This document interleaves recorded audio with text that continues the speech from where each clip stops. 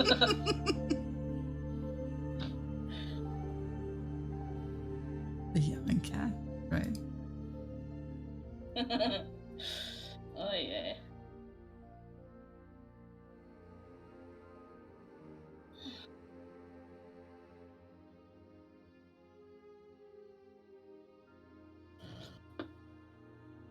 Boy, oh boy.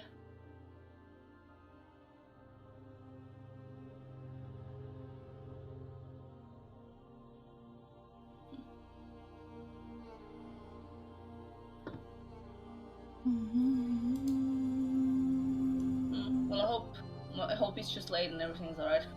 Yep. We didn't hear from him today. Gonna kick off the... Well, Lena, you're doing the recap today, right? Yep. So we can start with the recap and hopefully he will show up in the meantime. Kicking off the intro. I'm like...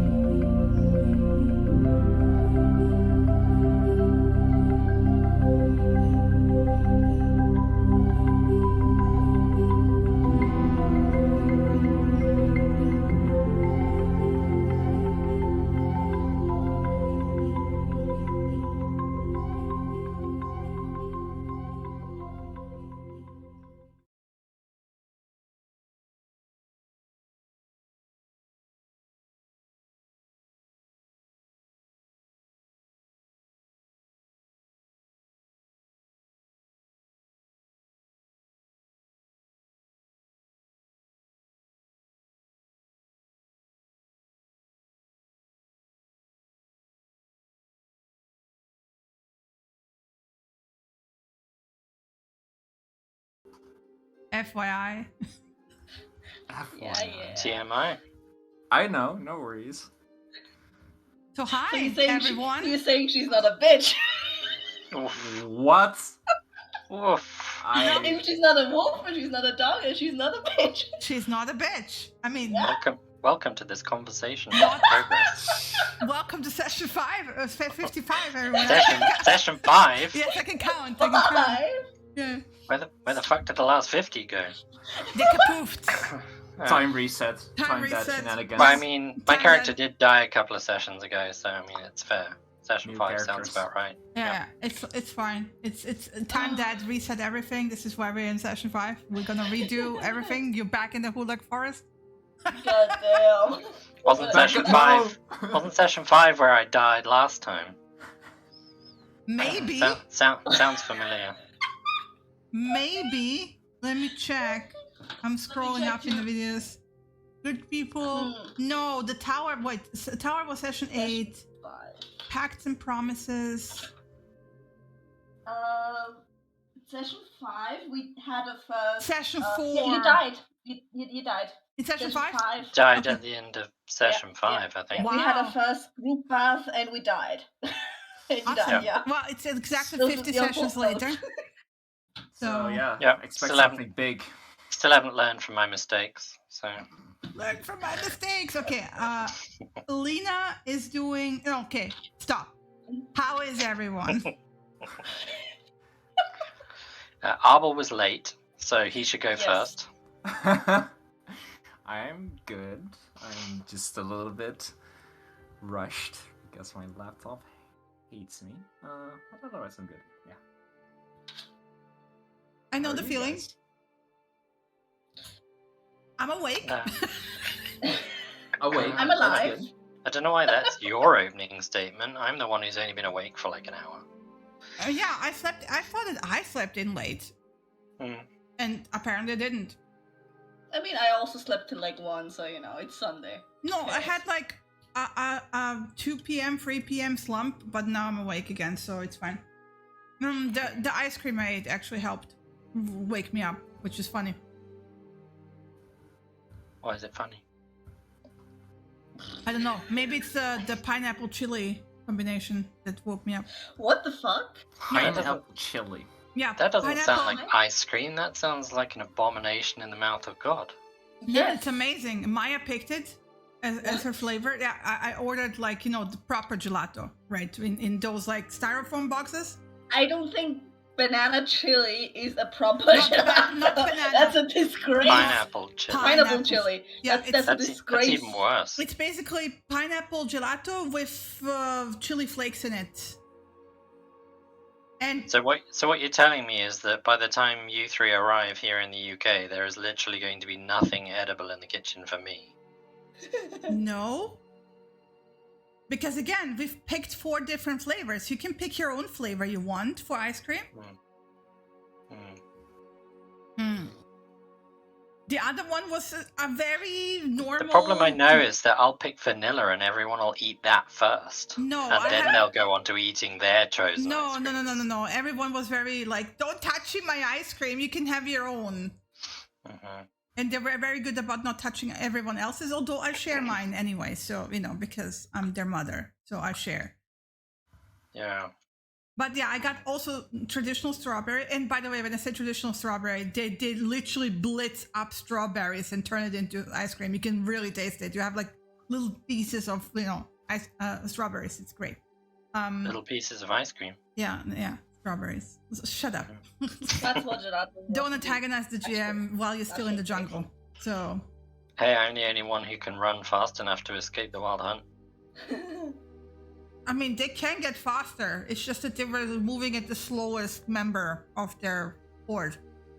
Well, they should have dropped their speed to 30 now then. They've got a couple of boars following them.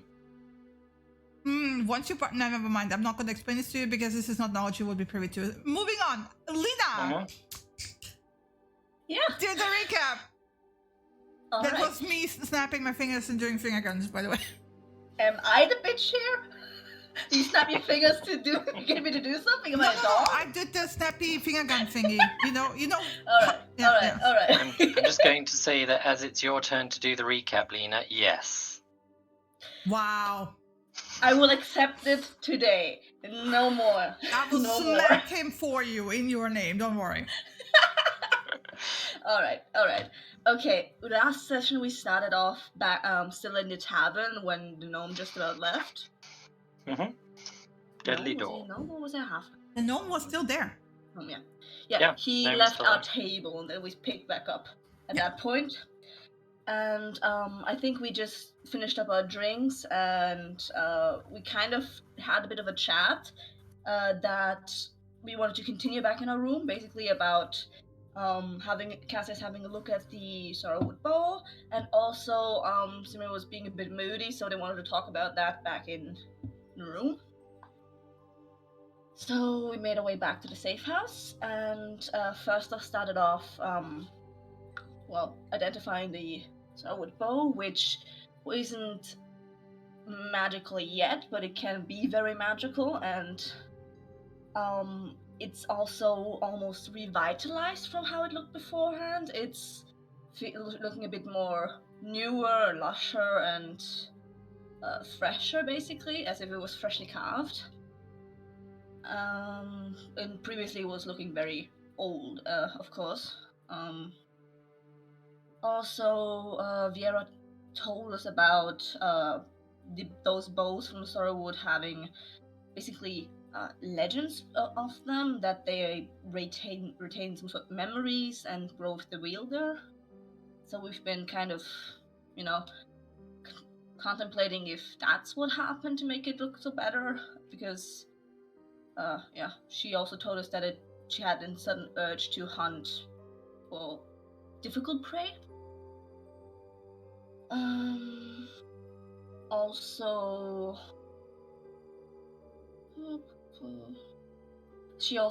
they also told us basically that the son's name is Uriel, and basically told Samira that the son's name is Uriel, has been named Uriel by Tiffany, and meaning Angel of Light. And then Samira shared with them the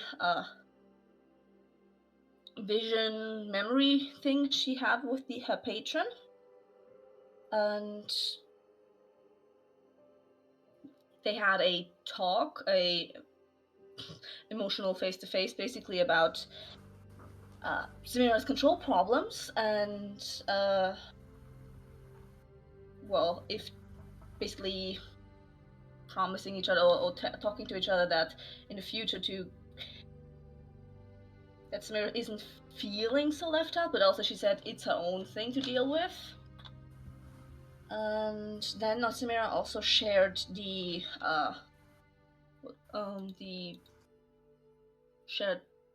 portable hole where she put in the case, the cigar case, the lead one, and also the map, and let them know that they can also, whenever they want, put stuff in there, but to keep the knowledge of the hole among us three only, and meaning at that point to only keep knowledge of the portable hole among us three. Didn't keep up on next day, but What I also skipped over is that when we're still in the tavern, Samira sent a message to Layla, asking what the status quo is, what's going on, and she let us know that she will be back tomorrow, but that everything is fine. And next day, I think at that point we went to bed, and Layla arrived in the morning. Cassius let her in, and reunion, blah blah blah. She let us know that Wow. Wow. Wow. Yeah, it's their reunion. It's not my deal. Blah blah blah. All right, I'll remember that. Okay. You remember that. But yeah, Layla let us know that they had found a site to do the ritual, and to, if we could, stock up on things, spells, items, whatever, to help us travel, and that we should get our stuff dealt with, because we were preferably going to go straight to the place where the scepter is, the sextant is, and that we were going to meet at dusk. And also another point that I skipped over in the night is that I think Ibrath and Viera had a chat about Ibrath let her know that the forest was being strange. The animals were behaving weirdly. And which came up later. I think it was just more that there were scents that he didn't recognize. Mm-hmm. And that was unusual. Something was stirring up the forest. Yeah, I think that was it. Yeah. And so we spent the 35th basically preparing for our travel in the evening, where we kind of acted like everything was going normally, but at the same time, Viera got a place for Matteo to stay in. We got all of our items necessarily packed away into storage spaces, and Cassius got a disguise to go and buy us some Longstrider scrolls, yeah? Yeah, scrolls. We got the potions from the Raffle. From Layla, but he got scrolls and also healing pearls, which cost a lot.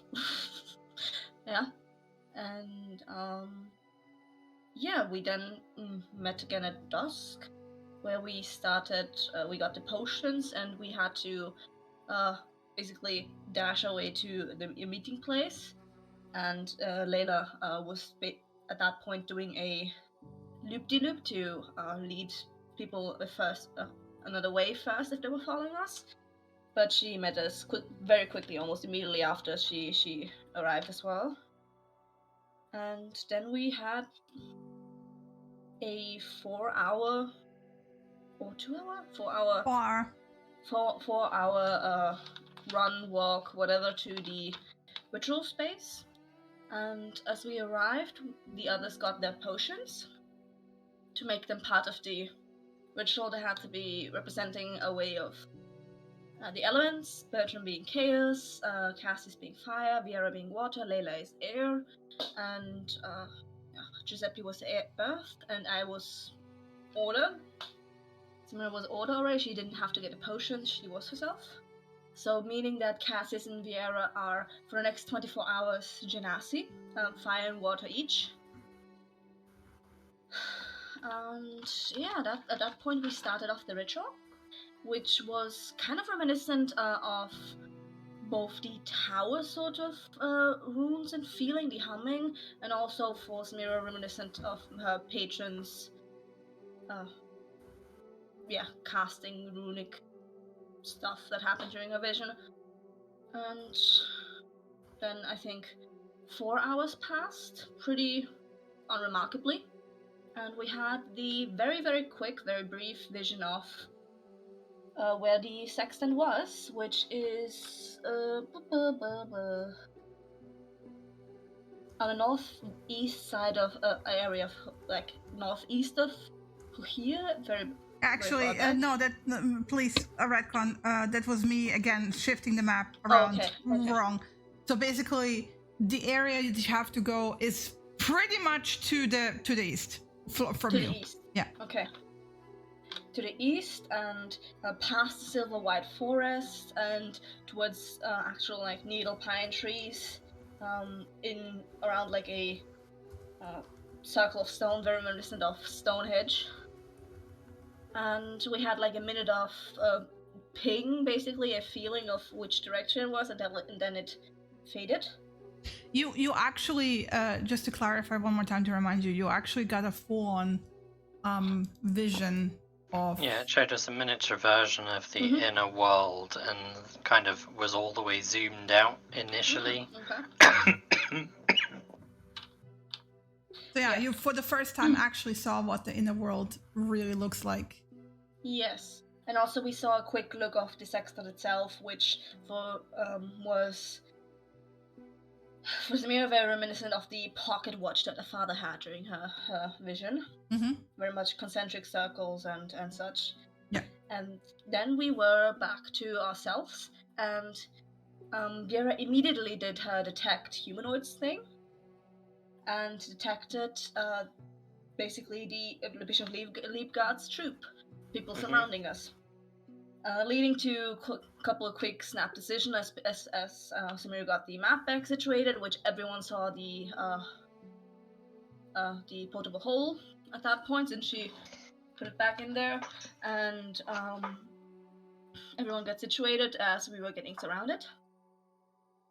And yeah, we called out to Bishop Leapguard and kind of attempted to have a talk first, a Well, negotiation. she called out to you first, said that Yeah. they're coming in peace. They don't want They're to coming in attack. She wants peace, to talk. Yeah. She wants to talk, and then we responded with, "Why the fuck are you surrounding us then? We want to talk as well, but come alone, like with only just about the same amount of people." And she came from above. From below came her second hand, who was very much immediately turned into a boar. As a horn sounded in a distance, and He got hit by a glitter bomb. Yeah. and a wild hunt came rushing, which transformed everyone who it could get into animals as well. But what was already transformed was the gigantic fucking elk, at that point, Giuseppe was already on the back, and Cassius and Samira quickly jumped on top, and off we raced. So we were very much quick enough to get out of range very fast, but Layla also was quick enough to get a distance. Samira let her know per message that the basic directions we were heading, but didn't get any response, and she was shifted at a point. And the others of the researchers were falling behind, and at that point Giuseppe also fell off the back of Vera. He went wee. Wee. Dwarf went wee. And turned into a little piggy. Yeah. He went wee. Oink, oink, oink, oink, oink. All the way home. Exactly. And yeah, I think at that point we ended it off at us having raced like 1,800 feet or something like that to just get out of range for the wild hunt. We were we were stealthy enough to be extremely fast bullets that were not seen. Yeah, it's only a 15-foot high giant elk racing through the wooded That swampy managed to do it lands. super fucking stealthily. It's amazing. Yeah. Yeah. And the time now is basically like 2 minutes after we have after like Leapguard had accosted us, which is like 4:03.5. Okay. Now. You are in the middle of the jungle at night. Mind you, the two of you on the back of the giant elk, you're not really seeing much. Just a second. I don't know why it keeps not showing me the scene for my screen. God damn it. Technical difficulties. When you don't need them. There we go. Yay, it works. There we go. As you run, in the background, it's almost like flashes of lightning going off. Like this is before you fully, while you were still in the initial parts of the chase, of the thunder of hooves and a stampede of unknown size. I mean, from the sounds, you would guess that it was quite a big horde running through the forest that comprises the wild hunt. But as you're getting away in the background, in the wake of your escape, you have these flashes of light that illuminate the sky, and then they die down, and basically the jungle is quiet again, or as quiet as the jungle can be, because the jungle is never really quiet.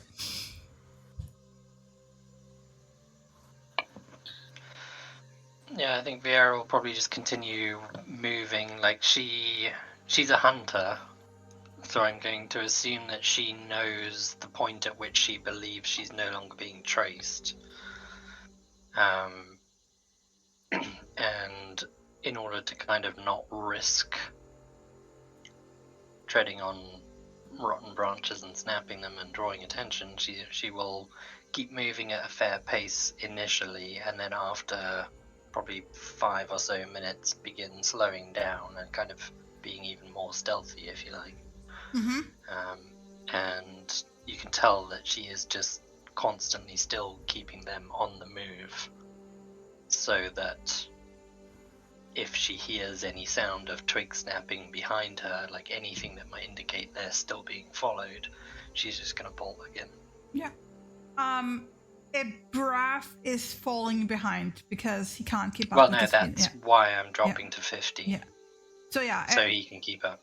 Yeah, I mean, you got a distance ahead of him because you were faster, Yeah. especially with the haste. You were running way ahead. So in order for him to catch up, you would actually have to slow down way for him to catch up, and then that's what she's doing. She's keeping at 60 and then dropping to 50 and then dropping to 40 the further and further she gets until Ibrath can catch up. Yeah. Because she knows that he will catch up. Yeah. So because even as a cat, sprinting in this manner requires a lot of energy, and especially with the haste that you got, you're feeling the burst of exhaustion setting in quickly. I I'm not saying you have mechanical exhaustion. I'm just saying you're feeling the aftermath of chasing through a jungle in the middle of the fucking night, right? So yeah. But other than that, like I said, the jungle has returned to its normal sounds. You don't hear horns. You don't hear signs of fighting, squealing. The horde. The thunderous.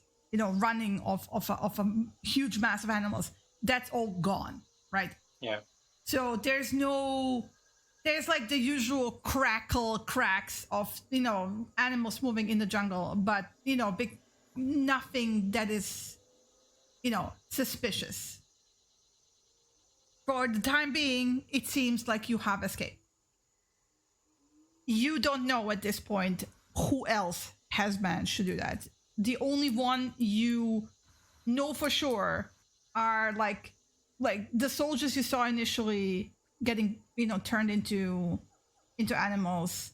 Leagard's right hand man, because he was the first one hit in a glitter bomb and turned into a piggy, which was hilarious because he fell over the wall.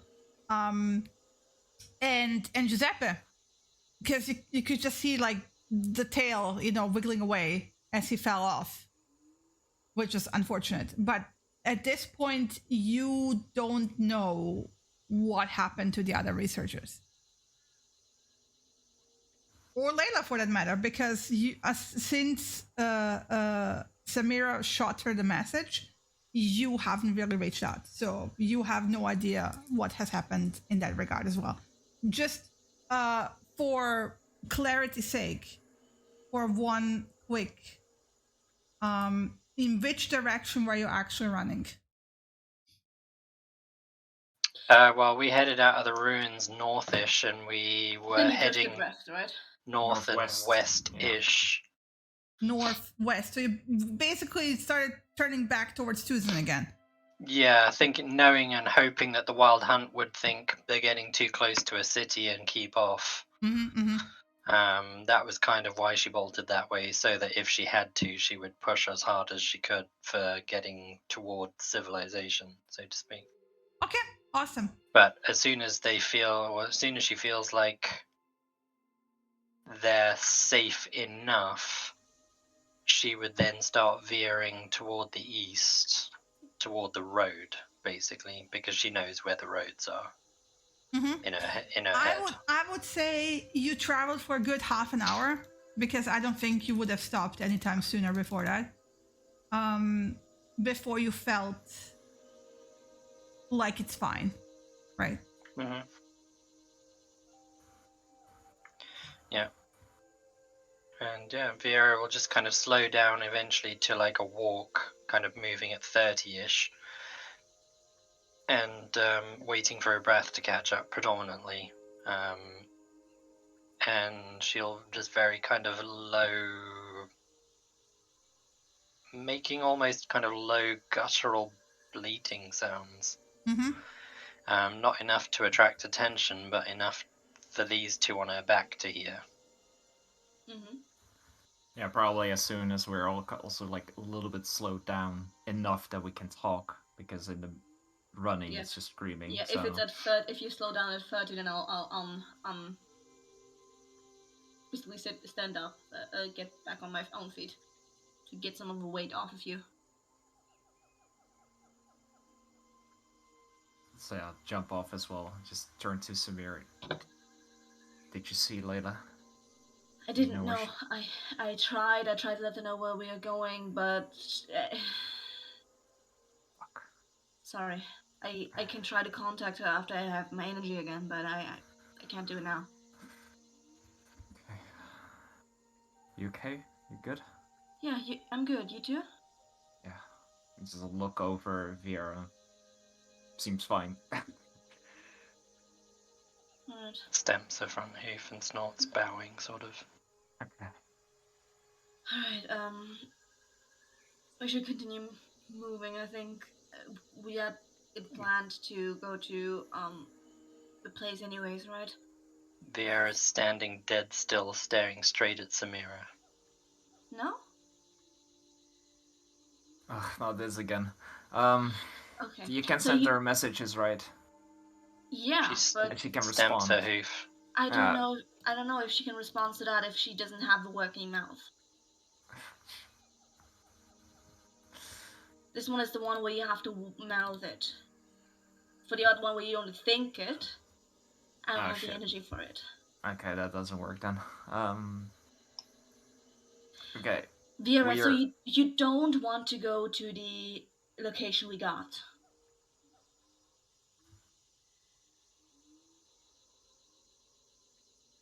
Right? Answer, yeah, shake your head for no, or up or down if, whatever. If yes, not whatever.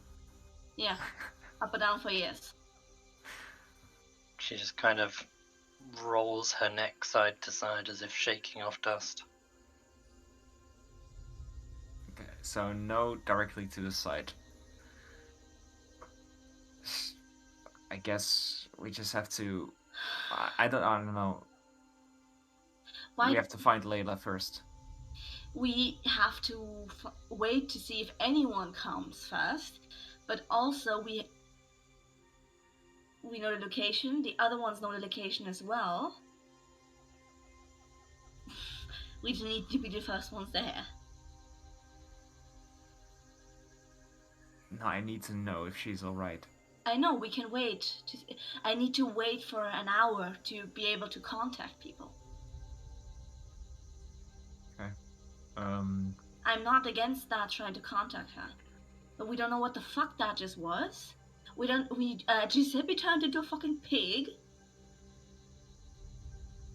And all the guards, some of the guards telling me saw the as Inquisitor, well, right? yeah. Some kind of like transformation shit. Exactly, and we don't know if there's some sort of hive mind situation, and if whatever the fuck that's leading also knows the location. Because why else would they? I don't know.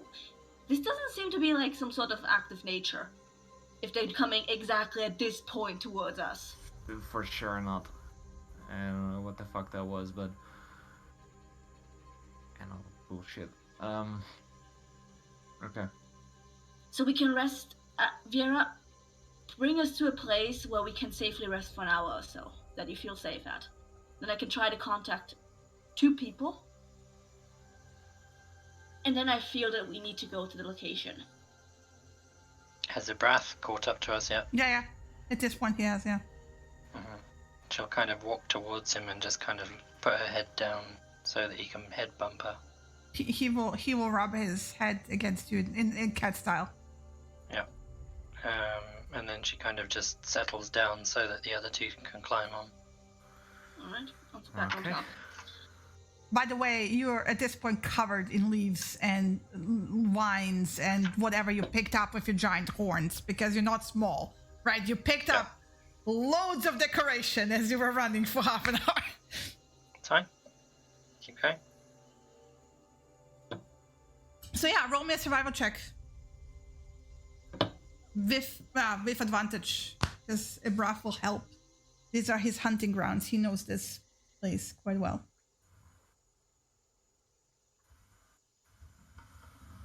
Yeah. Okay. Yeah. You find a sheltered because there's like this area doesn't have proper mountains, but it has like hills and rocks and stuff like that. You can easily find in the midst. Like, you're in the middle of the fucking wilderness. So it's like, literally just being here is quite covered. Considering nobody follow you, you can easily find a place where you can, like, sit down and rest for a little while. Where it, like, seems safe. You have, like, a good outlook around you. Yeah.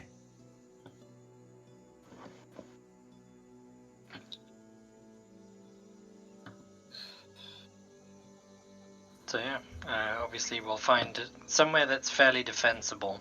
Yeah. But also has routes for escape, so Yeah. that we're not completely trapped. And then just kind of settle down and let these 2 get off, and then Viera will shift back into normal form. Thank fuck, okay. Are you okay? Are you doing okay? I'm fine. I wanted to circle back to see if there was anything we could do to help the others, but then I can try to contact 2 people each, Layla and maybe one of the other researchers, but I don't know. The chances of them making it out of that are next to none, and there's no point us going back for them either, because there's no way of us doing anything about it if they were turned. I mean, Yeah, do you know what that was? It's polymorph spells. Okay, yeah. but Layla stands Generally- a chance, I think. But Generally has a chance of kind of wearing off, but for how long, I have no idea. Could be hours, could be days. Judging by the fact that that was a very organized unit stampeding through the forest. At exactly the point of time we were finished. I don't like that. No, I think circumstances Just were coincidence. just coincidences, yes. Okay. But like I say, even if we do find Giuseppe as a pig, there's nothing we can do about it. We can't He's- dispel that level of magic. he's gone. I mean, I know I can't Ran. cast polymorph yet, so I know I can't dispel it. I don't understand it to undo it. So he's gone. The only person who can dispel it would be Avahira, assuming, but she was the slowest of the group. Yeah. I mean So, Giuseppe was, but definitely after that, she was Giuseppe and I her, yeah. the only one that stood some sort of a chance is Layla, if she eluded them. Layla, I would send the message to. I think if anyone else had the ability to do something about it, it would be Bertram. I can try to contact him as well, yeah. And just say that we've managed to get away. What about everyone else? But even if we meet up with them and 2 out of them are turned, we can't turn them back. No. At some point, we have to then just make our way east. If they get this information from the boar or whoever. I think the odds of that happening are very low. Still, I boars don't in like any odds at all. Polymorph changes your mental acuities as well, so that boar is no longer Giuseppe. Does it change memories? Intelligent. Not memories, no, but they would have to be searching for that specific memory. Yes, but I don't like that you think you kind of think it's a coincidence, but I don't think it's a coincidence. I don't like that. Even the chance of, in the minuscule chance that they were coming for that point, that they can read the memory and go and get the sex themselves, whatever the fuck sort of people those are, or if there are even people. I don't think they know anything about it. I think they just happen to be there. Alright. Even so. The people I would be more concerned about are Bishop Liebegard. Yeah. They know about the sextant. They know about the map. That's why they were there. So And if they- we're racing for any reason, it's to beat them. Yes. So yeah, after I get my rest, I contact the both of them, and then do you want to move tonight still? We're moving as soon as you're done with your rest. Good. Alright. I'm gonna push 6 hours as an elk, so I hope you guys are used to riding. Not really, but I can deal. Well, we won't be racing, we'll just be moving at normal speeds, but it'll mean we cover more ground for 6 hours. More than we could normally, anyway. After that, obviously, I'll need to rest. But it means we can push kind of 40 miles a day instead of Ooh, you dropped it. 30. Alright. We shall wait for Arbel. Yeah, we shall wait, and as rest continues on. I need that hour. Okay, I'm fast forwarding an hour. Good time. So did we all get short rest? Yeah.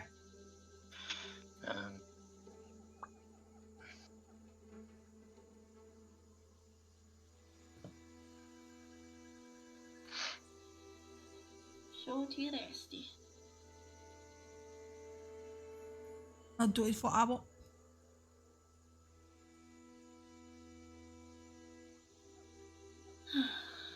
Let's just wait for him before we attempt the messages. Yep. All good. What Zimmer will ask Viera so you can answer. What should I tell Layla if she's location-wise to come meet us, or can she find Location-wise, nothing. us? Okay. On the road. On the road. The road will be the safest travel route. Okay. Yeah, she's. I think she would be. Depending good on whether finding she's us anyways. ahead of us or not, she may Yeah. need to. I know she jokes about not needing to sleep at all, but she may need to at least rest. I don't know How she what her works. stamina's like. We're pushing through the night. She may decide to push for a few more hours and then stop for a short rest or something, I don't know. She might be 2-3 hours ahead of us at this point, depending on the direction she left. Mhm. Who knows? And who knows what even she's doing? I don't know. Yeah, she might be a squealing piggy at the moment, for all we know.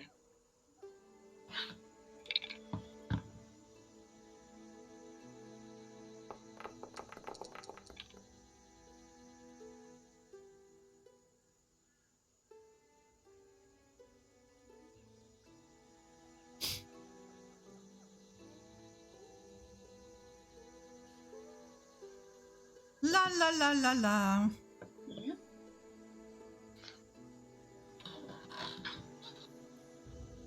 Jungle. Yay. Yeah.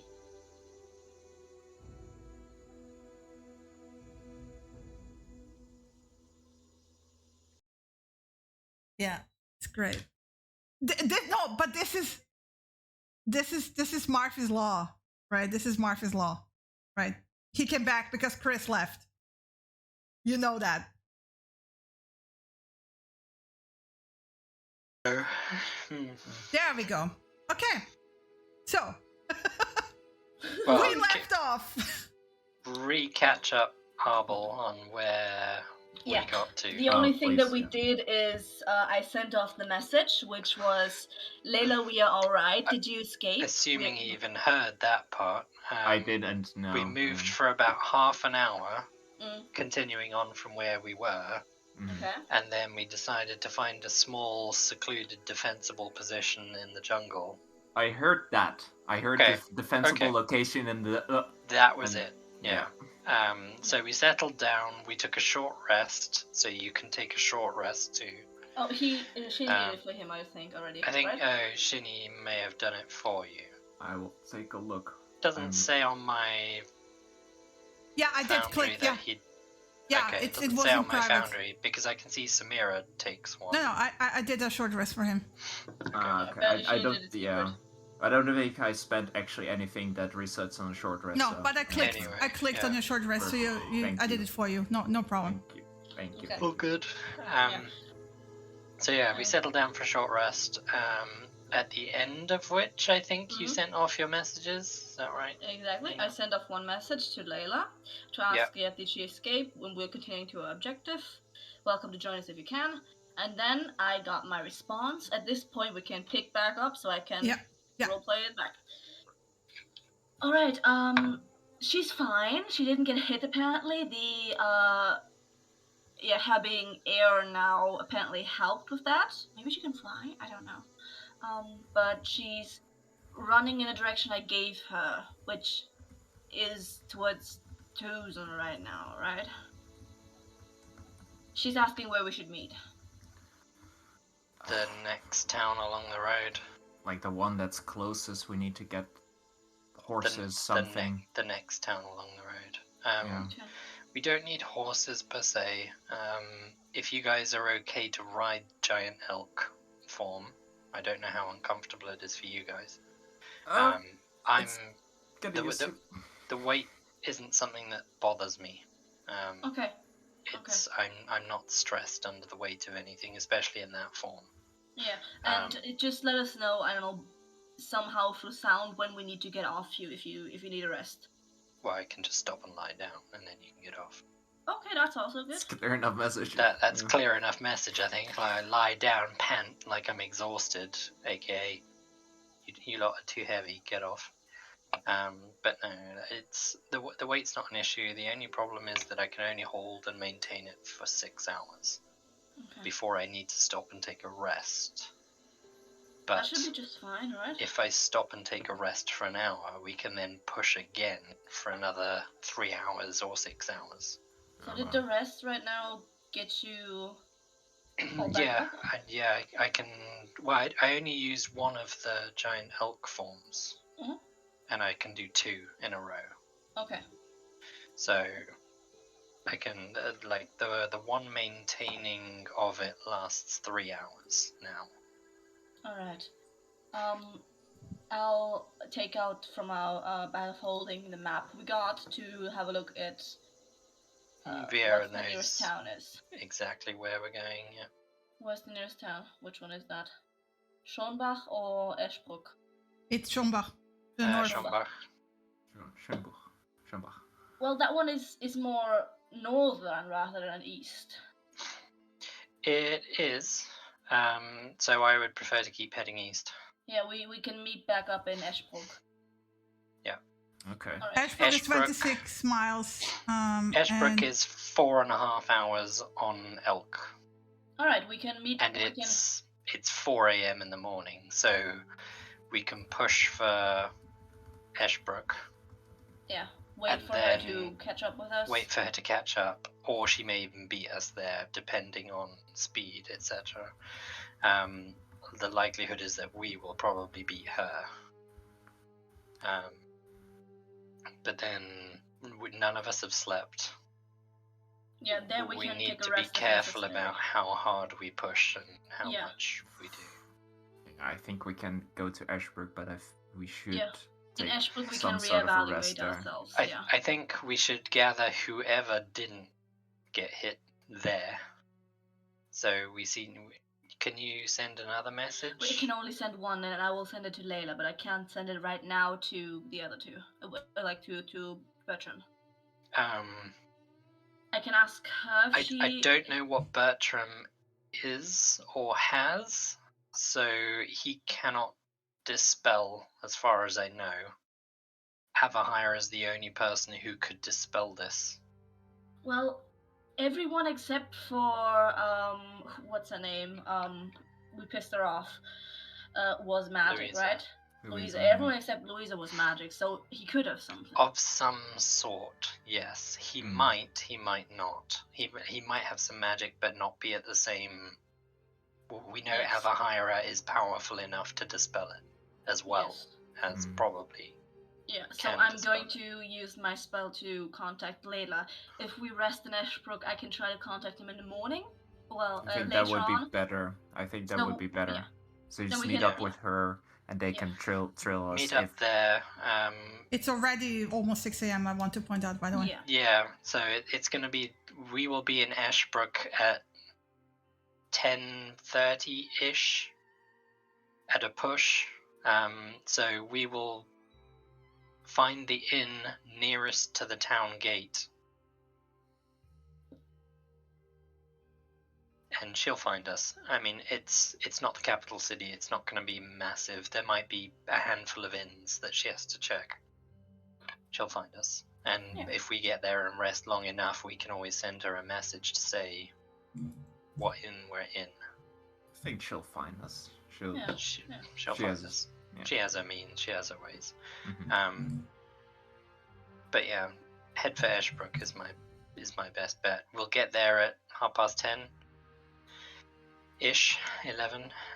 Just maybe if we take it a little bit slower for a breath to keep up, then midday. But we're already pushing ourselves, which means anybody else trying to keep up is already pushing themselves. Alright, I'll let her know. And I cast Sending at Layla again. And glad to hear you are fine. We are heading to Eschbruck. Likely to arrive around midday. Come find us. we will.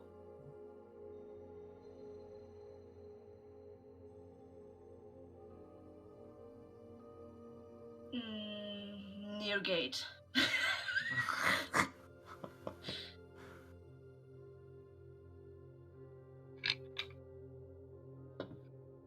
Okay. Oh.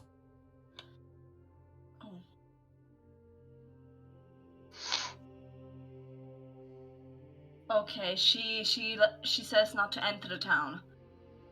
That we should stay outside Ashbrook and out of sight. So basically, camping Okay. and rest, and then She can't track us though, so. no, she said when I'm rested again, I should contact Creo to reach out to her. Which why is so convoluted? Because he can do it constantly, right? Like he Oh. said, he said something like, "I can do this all day." Okay. I think he can. We were doing this before, and she said to Yeah, contact Creo, and he can basically just keep doing it. He can, Alright. but like, is this his problem? I don't know. How much does he owe Layla? I don't know. When we're back, when we are camping in Ashbrook then, and I've rested a bit, I'll use my first sending to contact her again. If we have to contact him. Okay, so let's do the journey to Ashbrook first. So Yeah. Confused why we're involving Creo. So, Yeah. Same. So 30 miles. Yep. You are traveling as Giant Elk At That- 50. Yep. at 50. Yep. Oh, so to adjust to a breath. Yep. Okay, so let me check. 50 is 6 hours. 5 hours, 5 miles an hour. Mhm. Okay, so that's 6 hours. That's it. Yeah, 30 miles. You make it. Yeah, so easily in 6 hours. Yep. I think we have to So- be saving for exhaustion, right? Because we're pushing further than. Yes, that's Didn't we 24 already hours. do that? Or did we No, We no, did you for have the to push running. for every We did. hour past the 8 hours of travel. You have to roll for every But hour how past many it. hours of travel did we actually do? You did yes- 4 hours, right, of travel. So Which was yesterday. you didn't rest in That between. Yeah, That was 8 a.m. until midnight. yeah, but like, And we've just stopped for an hour's short rest. technically the rules don't say between this time of day and this time of day. It's basically between long rests, 8 hours of travel, right? Mhm. Between 2 long rests, it's 8 hours of travel.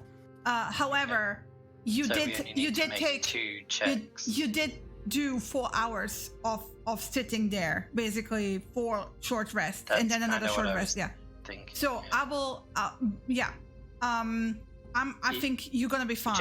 Whichever way you look at it, we only travelled 4 hours and now we're travelling 6, so True. that's only 2 hours above the 8. I will leave it to your discretion. It's either we're doing 2 rolls or, it's fine, because I'm not overly bothered, honestly. Okay. I mean, Sticking to I- the rules. I was also just thinking because we basically woke up quite early. And we're almost like pushing past 24 hours. But we've already made that Constitution saving. You throw, already rolled so for that. Oh yeah, we did. We Oh yeah, all sorry. succeeded. Somebody failed and they fated it. You're absolutely correct. I was thinking about that one. Yeah. Mhm.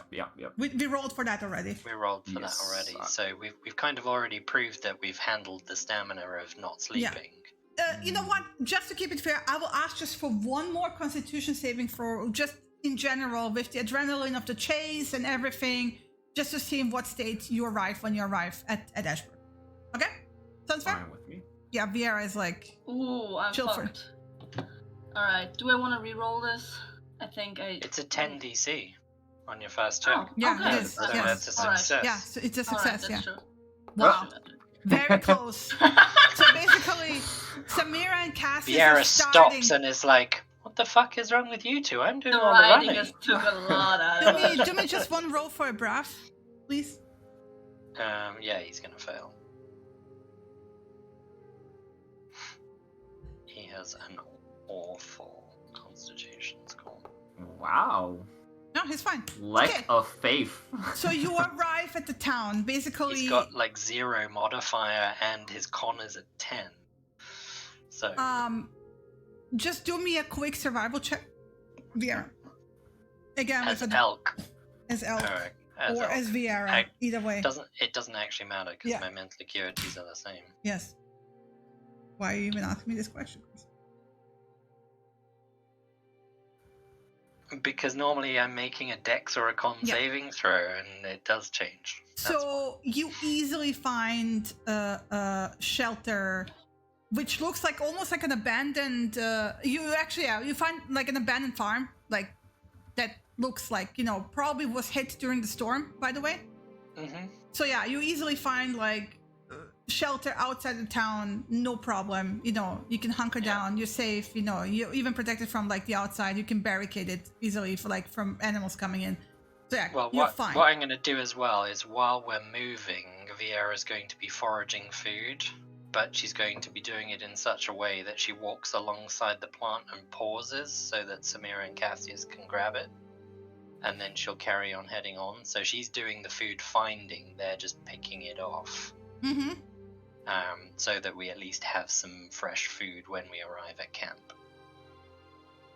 Is what I would point out, and that's also why we're moving a little bit slower than normal.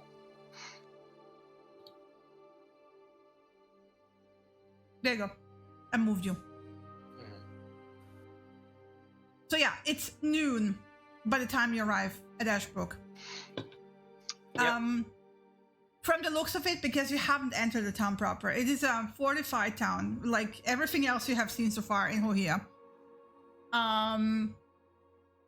It looks like basically a gate comes in from the road and a gate comes in out onto the road. So basically it's a drive-through town, which, judging by the map, that's easy to tell anyway. That's the kind of thing. It's not very big. It's much smaller than Tucson. It's like more on the side of like Cottincell or Ayatsel that you have seen. Similar architecture, looks busy enough. Mind you, from outside you can't really tell without actually going inside, right? But yeah, you have arrived at civilization.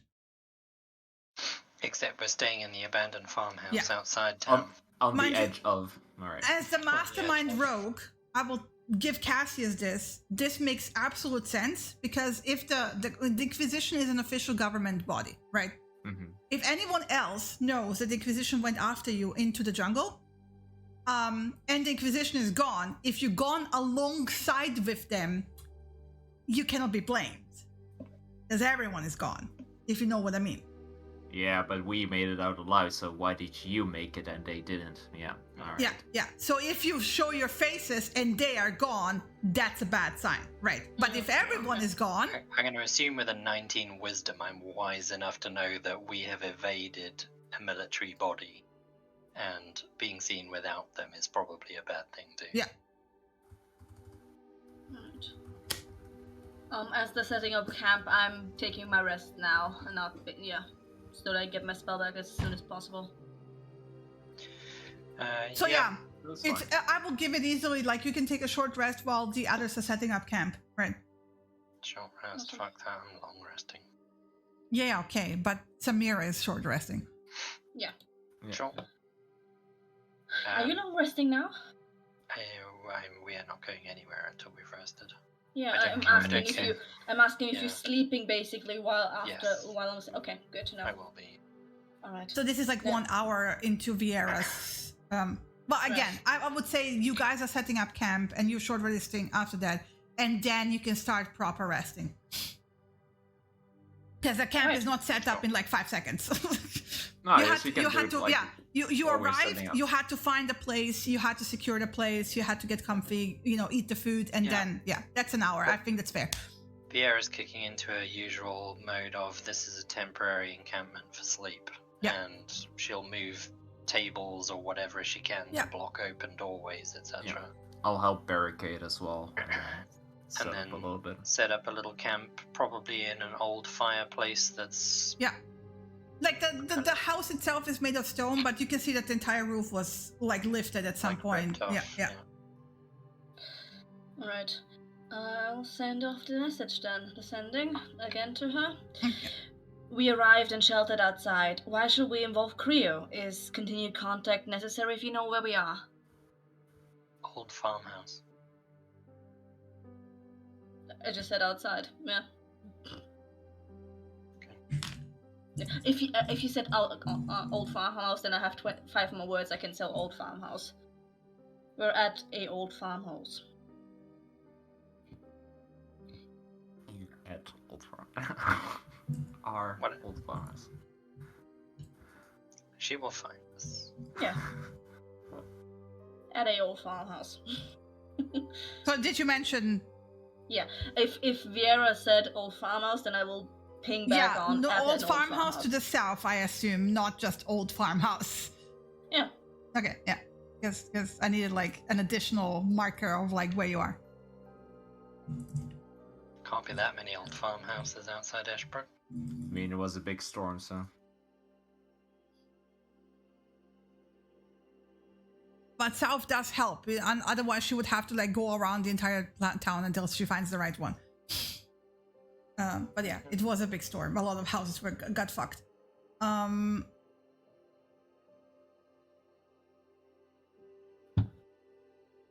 Okay. Here, just give me a second.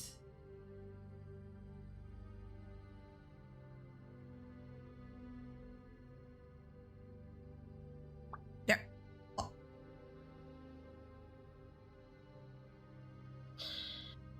Okay, apparently we need a ship to get to Northgate. She'll explain once she arrives. She's not very far away. Okay. Okay. Ship to Northgate. Yeah, I'm not sending a message to Korea just now. Right? Yeah. She's not very far away. Yeah, I mean, if she's not very far away, is an hour going to make a difference? Probably not.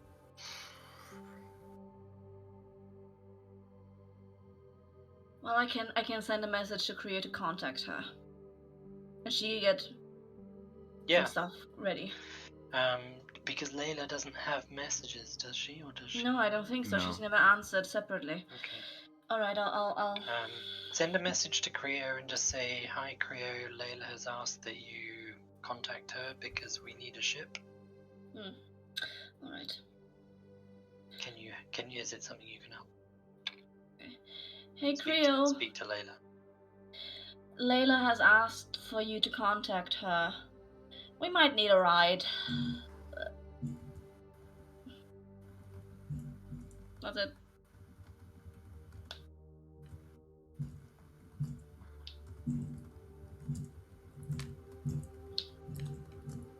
And Vieira's just going to kind of settle down into one of the corners of the farmhouse and then kind of slowly drift herself off to her trance.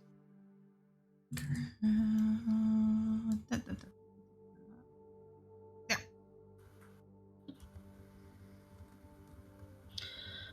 Alright. Who's taking first watch? I assume Viera is out. She's basically out, so Cassius is like a little bit pacing around, and just looked to Samira. Actually got the message back. We're good? We're good, yeah, he'll contact her. Okay. I'll take first watch. You go get some rest. Alright. I'll wait until Layla's here. Alright. Yeah. And Brav curls around Viera, by the way. He's wiped as well. Yeah. But yeah, you guys are definitely feeling it at this point. That you reached your limits. It's quiet for an hour. And then you hear cracking branches outside. Cassius. And when you peek outside, you can see like Layla basically visibly approaching, so you know, like, you're warned immediately it's her and not somebody else. Yeah. I get outside and just walk towards her. She Just give her. Yeah, give her a hug. she hugs you. She looks tired. She looks like, the hair is, as you would expect, but like she, even in her normal humanoid form, has like, leaves and branches all over her. And she's actually also slightly out of breath as well because she's been running all night. And you can even feel like, or she's sweaty and her like skin has the sheen of like, extensive running basically. And she pulls away from you and first gives you like a proper like look over to see that you don't have any injuries. And goes, are you all right? Are the others fine? Yeah, we're good. We're fine. Whew, that We made it out. was great. The firing grade. Sarcasm. Mhm. Not great. Amazing. I jumped off a cliff. The air elemental thing was really helpful with that. You what?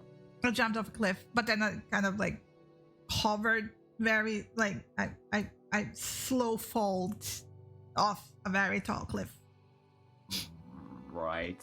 But there's this nervousness when you're like not really fast moving, when you really want to fast move, and there's arrows being fired behind you, and you're actually like a slow falling thing in air. Yeah, that. I mean, the part arrows running, but not slow falling. If I fall pretty fast.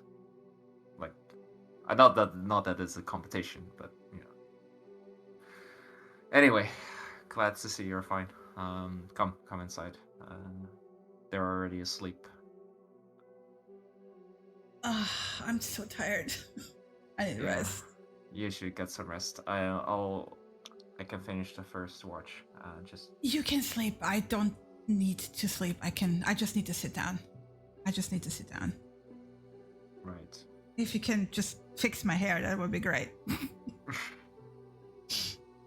Priorities. I Yes. appreciate I mean, we understand each other. Hair is important. that. Yep. Fix her hair. And she goes like, go to sleep. We'll talk when you guys are rested. Yeah. I assume she just like sits down also. Yeah. I just like She pulls out some rations, she sits next to you. yeah, just curl up next to her. Yeah, Basically. There's plenty of gathered food around. Yes, okay. It's like she will eat that food, it's fine. So I just point towards the food. Yeah, and yeah. then as she sits down, I just like lay on my Like, back yeah. with my head on her she lap. she and just, she, like, she eats and sits down with that like routine of a person who like knows that when you have a moment of rest to eat and replenish, you do that because you might not have that moment later, right? It's like you can see this like whole practiced. This is somebody who's used to this kind of situations, right? When you can rest, you rest. When you can eat, you eat, right? So yeah. So she basically urges you to lie down and rest because you guys need to keep moving and you will need your strength for that. Yeah, I will basically just lie down on my back with like my head on her lap and just like pass out. Okay. She will like stroke your hair as you pass Amazing. out. Yeah. Try not to crumble over you. Amazing. Yeah. This is all I needed from this session. Thank you. You're welcome. Okay, I will give this, let's see. Okay. So 2, 3, 4. This is when Viera wakes up. Around 5 p.m. Mm-hmm.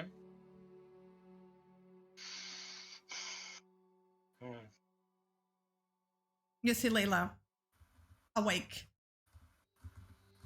Is she doing anything? She's still stroking Cassius's hair with his head in her lap. I see you made it. I made it. Any news from the others? No, I didn't exactly go back to check. I had Kriya try. Nothing. I mean, not nothing, but they're No gone. Verbal responses. No verbal responses, no. I mean, it's the way he described it, it didn't seem too bad, but they're gone. Yeah. We did think about circling back to try and help them, but it's not a level of magic I can dispel. It's too powerful for me. I don't know exactly how the Wild Hunt works. I know there's stories. Bertram would probably be better to ask those things, but Oink, oink. I don't know what he is. Yeah. Would be funny if he were a pig. I could tease him about that forever. Giuseppe certainly was a boar with a Giuseppe. little Giuseppe. Giuseppe with a little squiggly tail disappearing into the underbrush. That's horrible. Hopefully he doesn't get eaten, but yes. No, I prefer my changing to be willing. I had my fair share of not doing it willingly. So the idea of that happening does not appeal to me. Yeah. Don't know how much she kind of pats Cassius. He told you.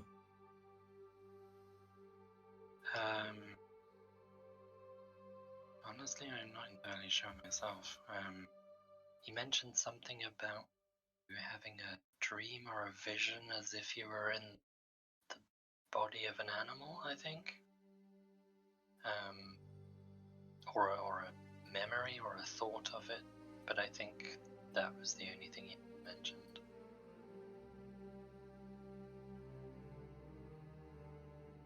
She kind of smiles down at him, of like and nodding, as in like in appreciation that he didn't give it away. It was more out of concern, more than as well. For you, obviously. Well, I take it we wait for them to wake up and then we'll.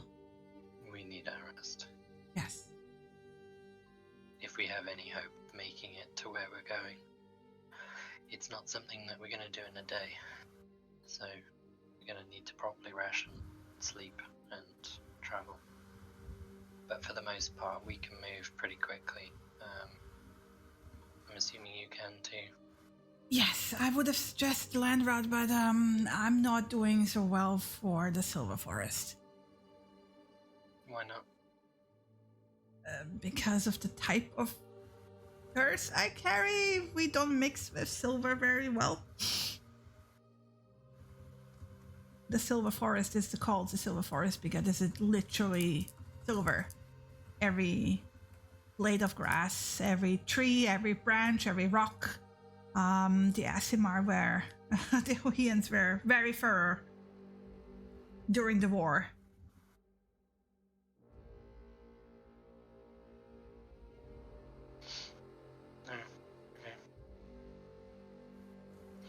Probably aren't too fond of the sword I carry either. I mean, as long as you don't stab me with it, it's fine. So you carry some sort of wereblood, I assume. It's complicated. I can shift into a cat. Sort of. It's not a natural animal. Not like you. Sure. I don't think anyone truly understands what it is, how it happens. But it's Fey influence, if you will. But the branch that doesn't do well with silver. So yeah. I'd like to avoid stepping into the Silver Forest. Isn't that where we're heading? We're heading past it. I'll show you on the map if you have one. But I also figure we should just wait for everyone else to wake up. Yeah, we wait for everyone else. I'm just You gonna didn't head out. go into the city, right? No, of course Alright. not. I think we're smart enough to know that we were tracked by military, and to be seen without them If would they raise questions. if they have any way of finding out that the Wild Hunt picked them up, I would prefer them to think that we all got picked up by the Wild Hunt. Yes. Assuming anyone else other than Bishop Fleetguard knows that we were there. I Seems don't want like to it take the might risk. Might be a very personal mission to her, I suspect. Anything celestial is a very personal mission to the Hohian authorities. I'm gonna head out and grab some herbs while these two continue sleeping. I assume you're okay to keep I'll watch. watch them. Yes, I can. I don't need to sleep to rest. Okay. Perks of the cat. She kind of like gives you like a very, gallows humor type of lopsided grin. Like, it is what it is. Yeah. Can I do that without breaking a long rest, or is that gonna break my long You rest? had your long rest. You can click. You had 4 hours at this point. Okay. Yeah, so I'm gonna head out. I'm specifically looking for healing herbs. Okay, And- survival with advantage. Anything that catches my... Because I've kind of done the herbalism with the... Honestly, with your passive, you easily find like the forest here is very. It's also during like high summer, you can easily find sage berries. Yeah, but I'm looking for sage berries and I'm looking for aletha berries. Okay, then roll me survival with advantage, please. Like, do your usual herbalism roll. Here. You haven't done that in a while.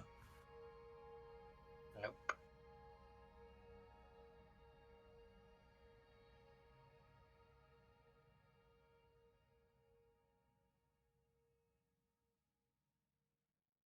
This is because we haven't done it for so long, I don't know what I'm rolling. Use herbalism kit. You just click on it. Yeah, but it doesn't give me an option. Oh, it does give me an advantage option. Yeah, you're fine.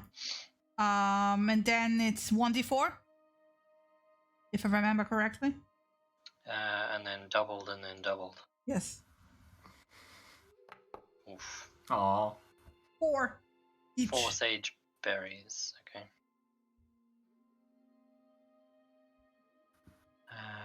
And 4 alethas? Yes. That takes me up to 10 at least, so I can brew 2 lots of wine.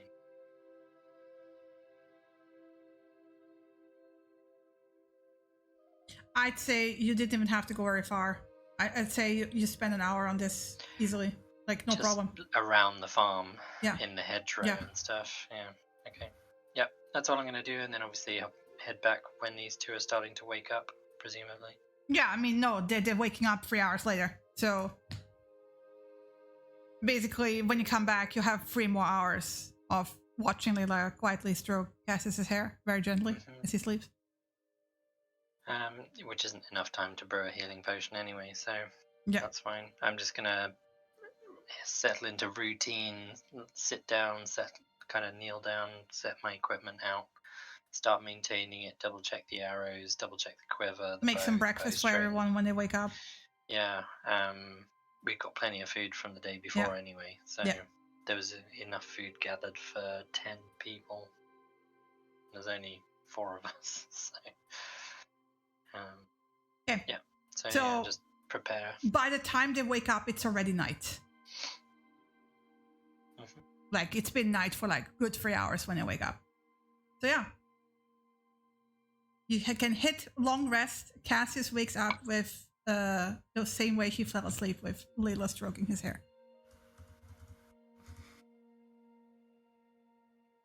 She shifted in the meantime to get a bit more comfy, right? And to change some position, but like, it's mostly similar to how he fell asleep. I don't think he would have noticed because he was done. Yeah, yeah. Yeah, you guys wake up. No. Ugh. More. No. Evening. What time is it? It's a couple of hours after dark. Ah, fuck. That's gonna mess up my rhythm. Everything.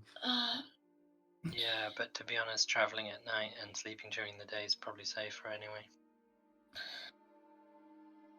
Hi, Layla. Hey. Good morning. And you can obviously see Samira as she stands up. She's a bit bow-legged. And her thighs obviously hurt from all the riding, so she's gonna start off some stretches. Ugh, morning. You can say that again. There's some dinner, I guess, ready for you guys if you want. Yeah, that would be good. Yeah, thank you. Thank you for making dinner breakfast. You know, Okay.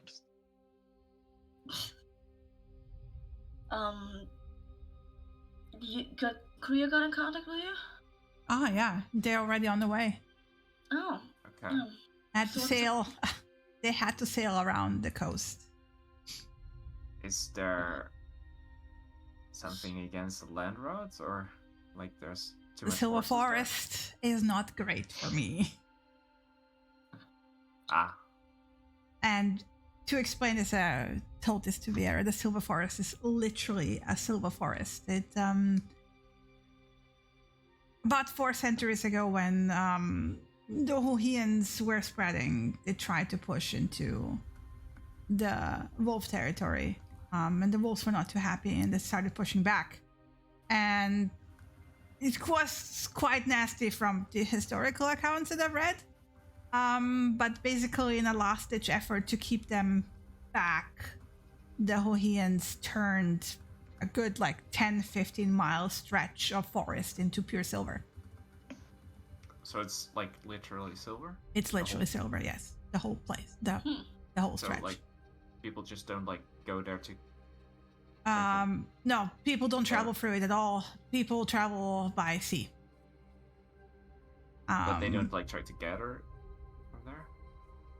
You know. It's considered somewhat of a cursed place. Is it actually cursed? Or just... I don't know. I haven't Hopefully. ventured in there. But whatever can survive in that forest is not going to be a natural thing. All right, fair enough. Sea route it is. Where are we meeting them then, the crew? They will be waiting. It's down along, I guess. Yes, Stetters. They will be docked, not in Stetters. They will be outside. They will send a boat. We're not gonna enter the city. We're gonna meet them at the shore. All right. Good thing they were in the neighborhood. Rio will be checking in every hour with me, so we can keep him informed. But they should be already there. Okay. Do you guys have a map? Yeah, and I take out the map we got. More than one. My power raised. This is the best one that we have as a reference. All right, so if I remember correctly, the place was here that we need to go to. Okay. Yep. Still a ways. Yeah. You mind if I mark it on the map? No, go ahead. So yeah, so we were here. This is where the old temple was, approximately. Don't quote me. We're at the moment here. This is Ashbrook. Then we need to get to Stetters. And from what I remember, because the vision went past the Silver Forest, which is here along the border, the place is here. Like, where exactly? We'll have to find out. The problem with Guyland is you don't travel the land without the permission of the wolves. Okay. It's suicide. Especially if you're not a wolf. And especially, as she points to Samira, if you're of that kind. Cool. So what are we doing? Well, the idea is that Creo gets us to Northgate. I'll pay him for that. And then we'll try to find a guide, hopefully. Presuming the people in Northgate are wolves? No. Do you want to know the whole history? It's Don't chunky. particularly want to know any history. How I are we just need to know. interfacing between us and the wolves? The Yeah. cities, the known cities that are mapped are predominantly human, with some Aasimar and other races, but they're predominantly human. Everything in between is Wolfland. And there's also way more dangerous things than the wolves. In Presumably the main trade routes are wolf-free. No. I mean, they are watched by the wolves, but certain people under specific circumstances are allowed to travel. The routes are more informative than really traveled on regular basis.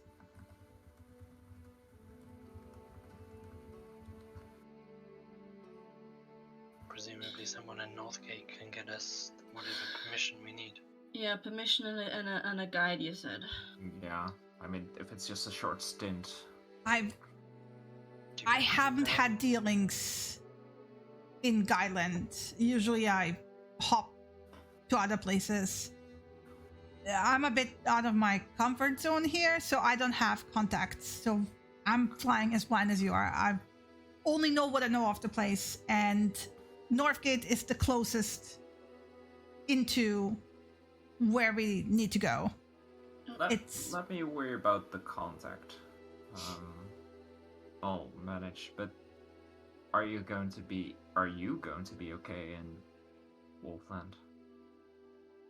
I mean, presumably the wolves are not the only shifters. As far as I know, there are others. But they are the dominant species.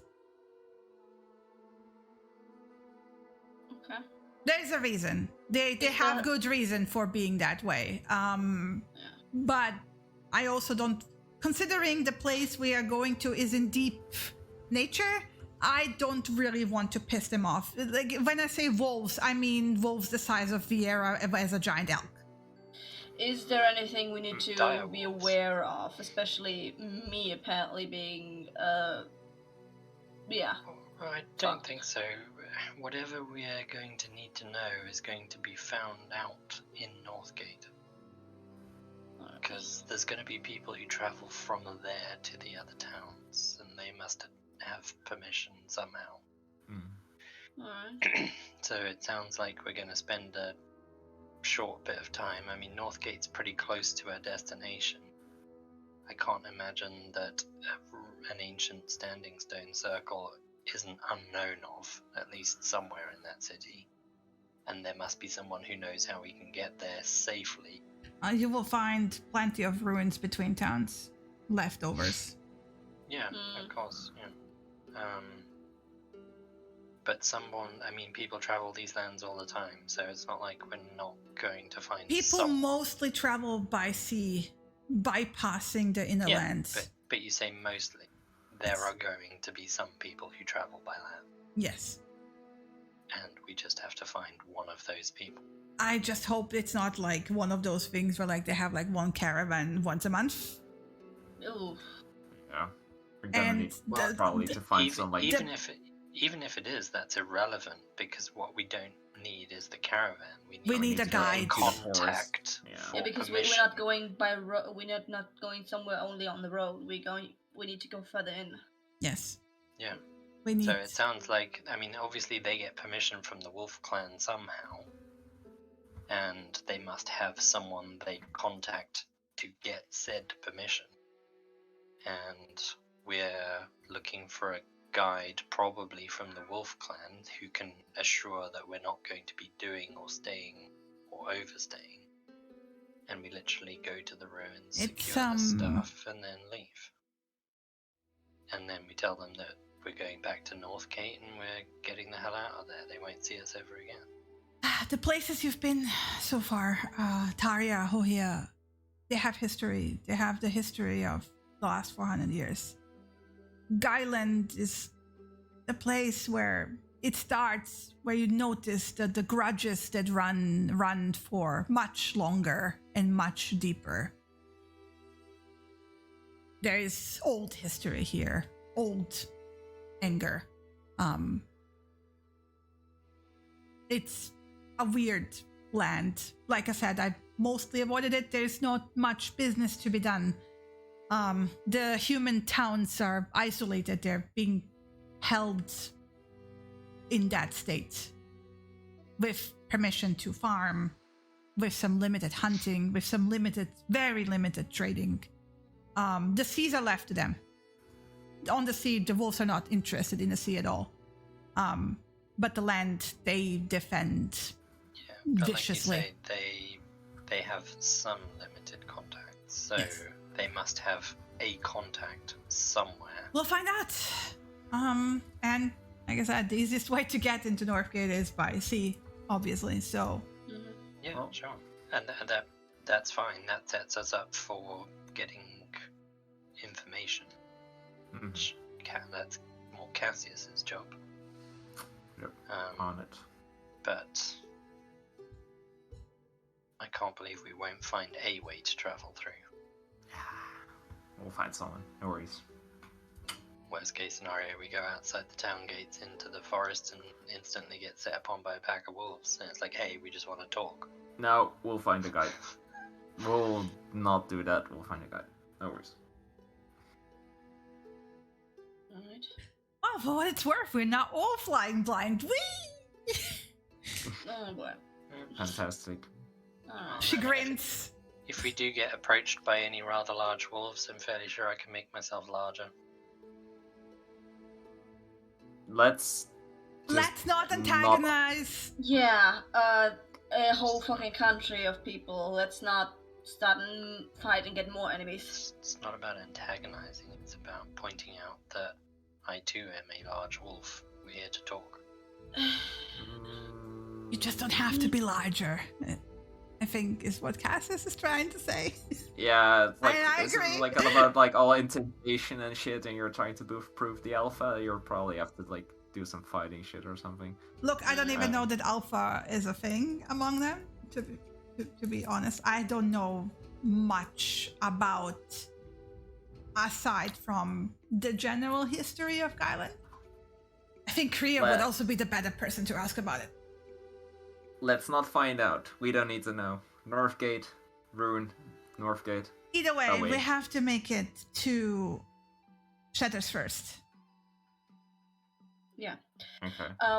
Are we going by elk again? And can you keep up later, or are you going on top as well? I can keep up as a I'll as be a moving as me. slightly slower than my full speed. Alright. So Okay. Brath can keep up. Okay.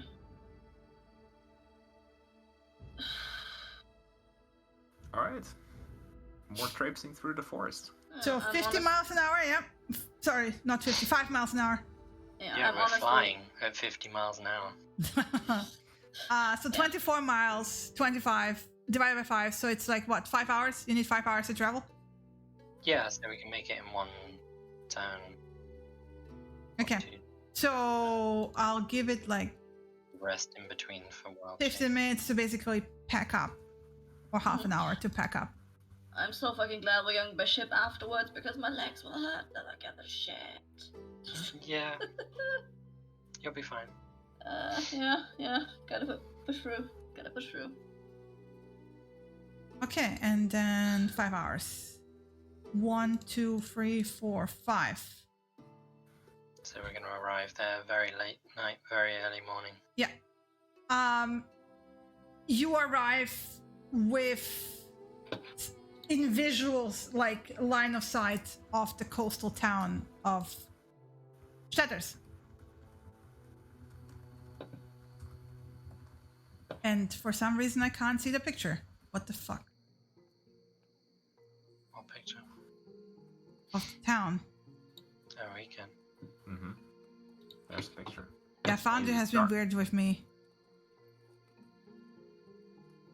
For I some can't see reason. anything Just either. zoomed off onto the side. No, it's not zoomed off to the side. It was just not showing it entirely, like on any of my screens, which is weird. Oh, now I got it. There we go. I had to reload. There we go. Yeah, on a reload it works, but like on the initial, for some reason. Mhm. Yeah, it's a small harbor town, full of fishing boats, very sleepily. So yeah, you don't. You enjoy it for a little while before you get picked up by a boat. And in the boat, you have Larrabee.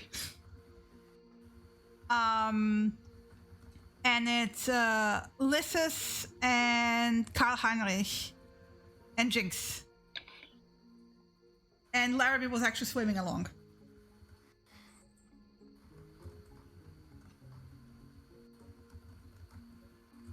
So they welcome you very warmly. That's a lot of poisoned water. I mean, he's in the sea. I think that's fine.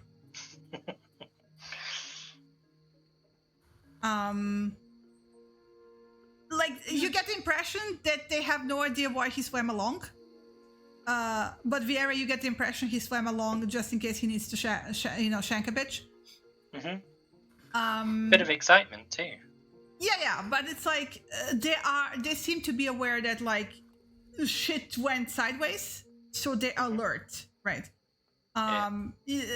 Getting you into the boat is very efficient, and they get back, and then you're already on the ship. And you get welcomed by the entire crew. Oh, glad to see you guys again. Greet them back. Good evening. Thank you for the quick ride. Yeah, thank you for picking us up, and sorry, Kriya, for being so brusque during our first contact. It was a long day. But yeah, it's good to see you guys. How are they all looking, by the way? Like, they seem in more general. cheerful than they were last time, of course. yeah. I mean, you can see still, like, especially on Jurgen, who is very focused on, like, the tasks at hand, but the immediate impact of losing a close friend seems to have loosened, right? So yeah, they look like they always do, there's the shouts coming back and forth.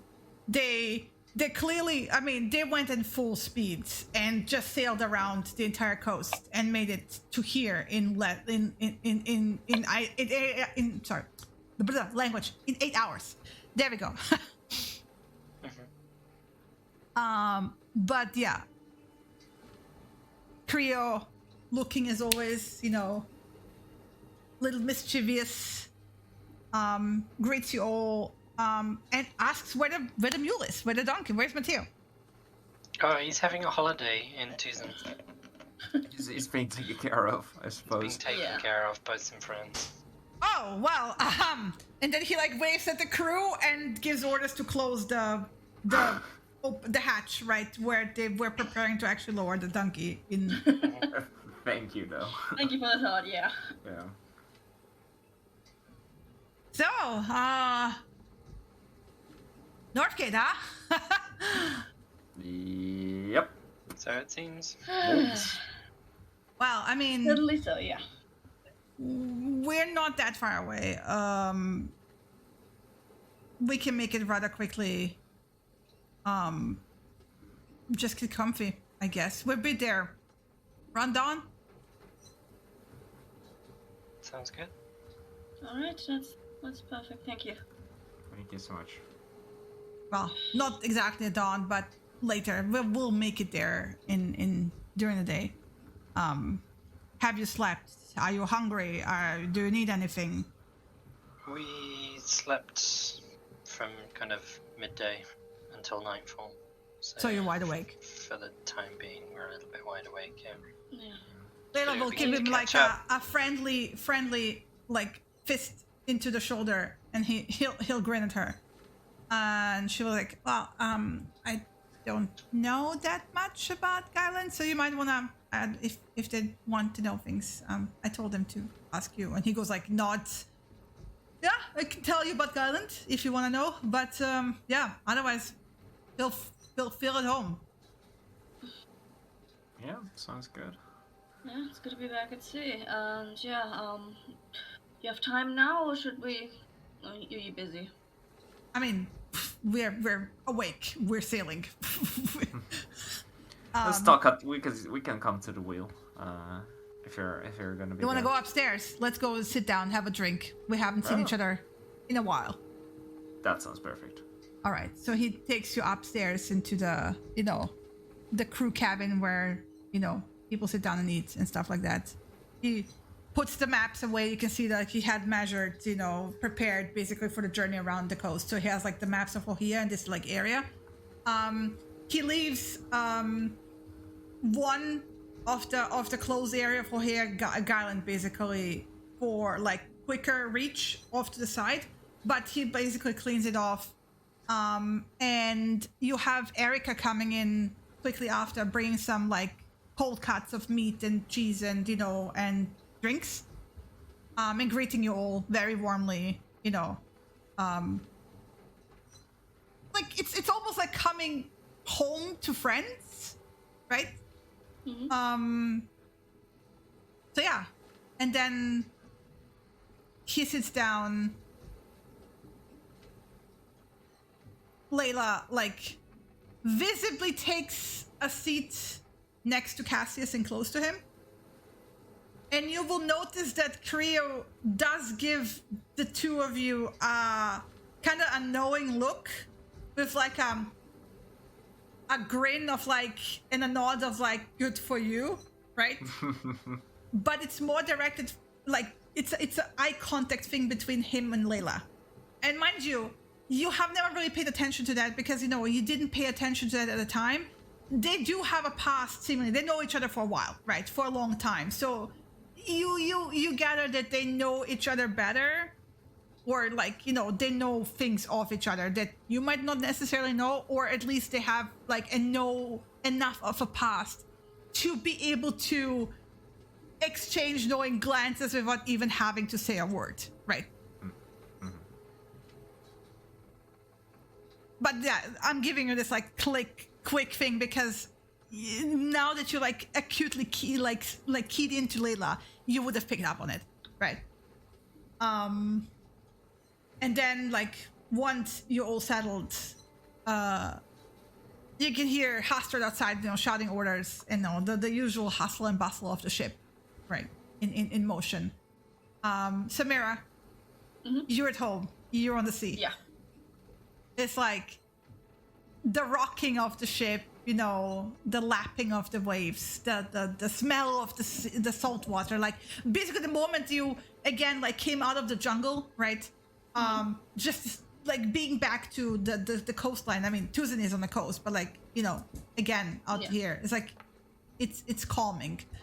So yeah, there's an obvious like something that probably wouldn't have picked up by now, but a slightest bit of tension that has constantly been there since they've been in the city. Lessons on my shoulders. Yeah. And Kriya will lean back with like picking up a mug. I was like, all right. So I don't want to know what you're doing.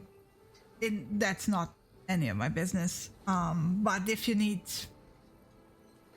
anything, like in information, we don't have contacts in Northgate. This is not our usual route. But I know of Guyland. I can help you on that if you have questions. Yeah, I mean, first of all, I wanted to ask you, like, how are you all doing? How did Tucson treat you? Oh, we resupplied. We resupplied. We enjoyed the town. We're still enjoying it. Some of us might be working hungover up on deck. Not me, of course. I'm fine. Of course not. Come on. Come. But we're doing not fine. We're doing better. Good. Good to hear. Good to hear. The sea is a harsh mistress, and sometimes that mistress takes life. We would have wished for her to find her end out here, rather than, well. Yeah. No. I understand. we Well, understand. in the end, she was returned into our arms, so that's something at least.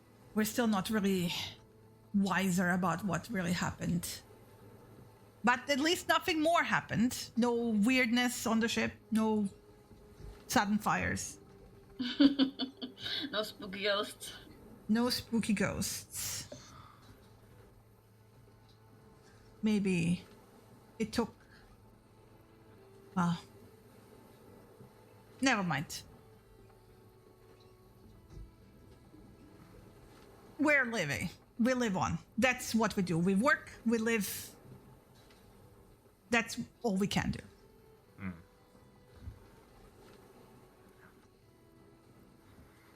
Good. Yeah, glad to hear it, definitely. And I mean, as for questions, Layla told us a little bit of wolves are the predominant species, shifters, in there. But would you have you don't have any context, you said, but would you know of a good place to look? Are there a specific kind of people that get permission to travel or to know the forest, like local hunters, I guess, or? We need to travel through the land at some point. Yes. You will have to ask that locally. The land travel part is, I know only the vague, how it was established, not even the details of it. Have you ever docked at Northgate before? No, like I said, we usually don't come this far. Okay. And if we go further north, we usually take the route around the islands, the Hohian Islands, from Doter. Doter, and then go north. And we actually, we cross through the Left Island waters during the safe seasons. Yeah. I'm assuming Galen's ports are a little less authoritarian when it comes to documentation. Oh, I wouldn't worry about documentation. They're so... from what I know, they're glad when they have any Trade. trade at all. Yeah. Okay. So, on that note, with your arrival, is there anything that you have to trade? Or is it going to be a bad thing if we don't have anything to trade? I don't think so. I think they will just, find an inn, put a coin into their, Their pockets, yeah. put the coin into their pockets. You'll see. I don't know what state Northgate is in. From what I've heard, it's a shadow. It's a fraction of its former glory. The city used to be much bigger before the red light. That it's still standing is a miracle.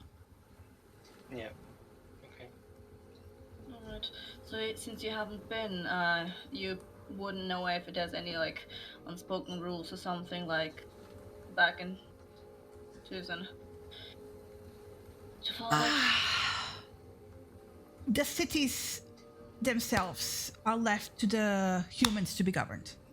As far as I know, the wolves don't care what the humans do within their cities. If they bash each other's head in, if they steal from each other, if they set things on fire, the wolves don't care. As long as they don't overreach outside. They have limited permission to farm the land, and as far as I know, they have limited permission to hunt. Their freedom extends to the sea. because the wolves don't care about the Do you sea. know anything about how they gained their permission? Presumably by talking to an elder of the wolf. Presumably by talking to them again. Island. So we're best off probably Talking trying to the speak locals. to someone in the local town authority, like the town mayor or something. I think, if I am correct, you have something called the Iron Guard, Okay. which is a remnant of the past as well, from when Northgate was, well, another name for it was the Iron City. Okay. Yeah, so those Who are, are the Iron Guard? Are they like the people in charge? Yes. It's a title. Probably, again, a hint to its history. Glorious history.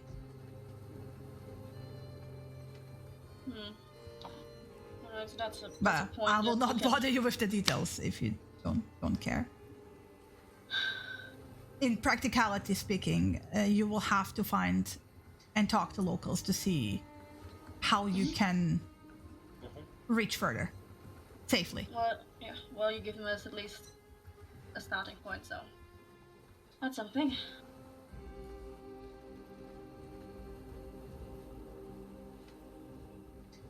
I don't even know if the wolves are called the wolves. Honestly, this is Like you say, that's all information we'll find out in the town. Yeah. However reluctant they might be to part with that information is something we'll find out. I mean, if they're down on the luck and they're happy for trade, in the end it's business, right? As long as we can pay enough. Yeah. Likely we'll it's see. no worries. You just have to find, just like use general terms. Just go inland with permission of the hosts. Don't use the term wolves, maybe that's offensive or something. I don't even know. Yeah, well, we'll find that out. As far as we need to convey information-wise, we're arriving. There's lots of ruins, so it's probably not unusual for people to try and explore them. There's a particular set of ruins we're trying to reach. It is Can we get unusual for anyone to step into wolf territory without a very, very good reason. Are you guys going to stay in Northgate and wait for us to transport back, or what are you guys doing? We're quick. We're fast. We don't have to stay in Northgate in order to get to you. Alright. You just need to reach out to me the way you did. Alright. And we'll be in Hohia anyway, so we're not going to be further away than a day. I don't think that we should be anywhere close to where there is a hint that you might be close by. He grins and winks at Layla. Would you need anything from Northgate specifically? I Or don't not think at that they all? have anything that if we would be interested in, honestly. Okay. Alright. Just figured to ask. The lands to the north are way more interesting for us in the sense of expanding our trade. Mhm.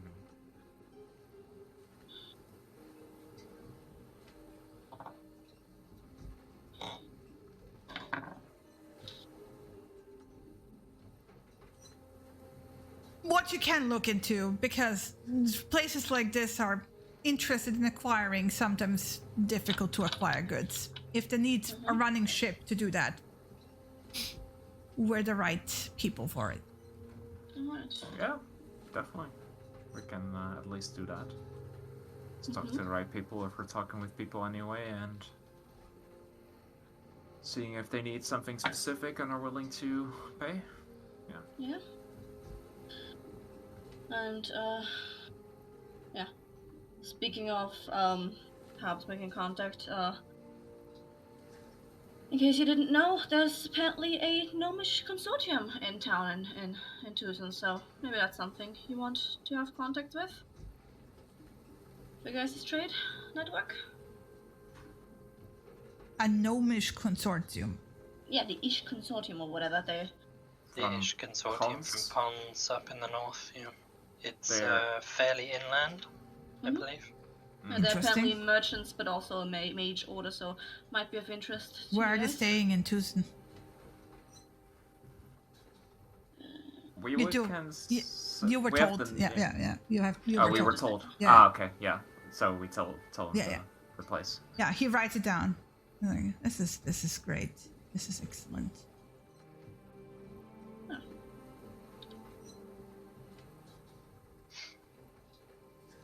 Actually, talking about, trade, and let's just look to the others. We're setting up some sort of our business actually in the Oh. town, That's true. right? So it's going to be like a Yep. combination of many things, but primarily, I guess, a blacksmithy and a blacksmith and glassworks. Primarily weaponsmith, I guess. Mhm. Yeah, right. Well, you say primarily. We didn't actually finish sorting out that side of things. Yeah, I think primarily to keep the lights on, we agreed on just everyday sort of wear, but also Yeah, but we haven't actually customized hired a enchantments. smith yet, so there's nobody Well- to run the smithy. We have a contact, like, right? You're We got a do. name, but- We never got around to sorting that side of things out. But Yeah, I've a lot of I've stuff hired. happening. There will be a herbal alchemy shop supplying potions, herbal remedies, all the usual range of stuff. There's Yeah. also an enchanter. Yeah, and if I ever get the There time as to well. actually work on stuff, I can also get a glass blowery going. But we never finished setting up the smithy in terms of hiring people to run it. Hmm. So currently there will be an enchanter and an alchemy shop, but no smithy running for the time being. That's something for when we come back. Yeah. And then he turns to Layla, right? So, with your encounter you had, so apparently there was some stir up a couple of weeks back. Something that came across the water in the southern bay from Garland into Ohia. It stirred up the wolves apparently as well. There was a lot of howling that could be heard for miles. The wild hunt, you mean? Well, people haven't seen it, but they've seen the effects. We've had a very close eye view of it. Well, yeah, but we since we arrived before you did, we had a little listening in Stetters. So yeah, apparently it came quite close to the town originally on the way to Tucson. But they were here quite like I said, a couple weeks ago. No, okay. Don't know anything more than that, but they clearly came from wolf territory. So the wolves might be less happy at the moment. Additionally, I don't know how they fare with That's intrusions fucking like that. perfect. That's just fucking perfect timing. No. So you Imagine guys- if they got hit by arrows, they just turned back into wolves, I guess. Yeah, so you guys know what that was? A wild hunt, you called it? Well, I'm guessing. There's nothing else that even remotely comes close to what that would have been, but it's similar mythologically to something back in Faerun. It is And something that my sister purportedly has joined. Oh, it's that yeah, thing. But she's this part isn't of it, right? necessarily the same wild hunt. The wild hunt could be a huge. Don't want to call it an organization, but in terms of explaining it, Layla organization. will shrug and say, as far as I know, there's different Multiple groups, branches. yes. Yeah. So this one could have just been the ones that headed in this general direction because they're just roaming all the time. Did you say that your sister was part of it? She has joined the wild hunt. I mean, it's a bit of a coincidence. Is it? Not. I mean, really? Sarcasm. Really? Well, given that she doesn't even know I exist. Is it? Maybe she picked How up do you on it. know that she is part of it? I was told she's part of it. She kind of squints at you. By whom? I mean, she is defending the borders. We were told that. Defending isn't necessarily what we were told. Let's keep it at that. Like, it's fine. Yeah. She's close to the borders of the Wildlands, doing things, Yeah. Poking people. Let's just say. doing things. God. Let's okay. keep it neutral. All right, I shall not. Not my business. Not my business. Yeah. Apparently, we're not probing either. It's a family matter then. Either way, I doubt she was here.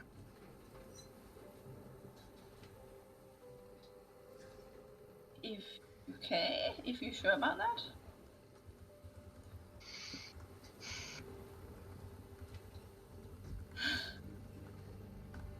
Given timings and given everything else, there's no way that she would have been able to travel from where she is to where we are. And no way that being that far away from where we are, she would have heard about us unless one individual specifically traveled there to tell her that I am here and I exist. And even then, if they had done that, they wouldn't have had the time to travel this far anyway. Not without magical means, which I already know is limited to some degree. So the odds of her being here and it being her are so close to zero, it's not even worth trying to consider a number that small. Alright. It's like trying to find a diamond on a beach. Wait, you can't find diamonds on. No, right. Moving on. If somebody dropped one. Right. So yeah, I think the odds of that are so astronomically low, there's no chance of it Mm. being true. Yeah. And if they came, the Wild Hunt, the branch of it came here a couple weeks ago. Was that after the storm? Yes. Right? Yeah, Yes. it's been like a month and a half since the storm. The Wild Hunt should have arrived, judging by my estimation, after we arrived in Tucson. Okay.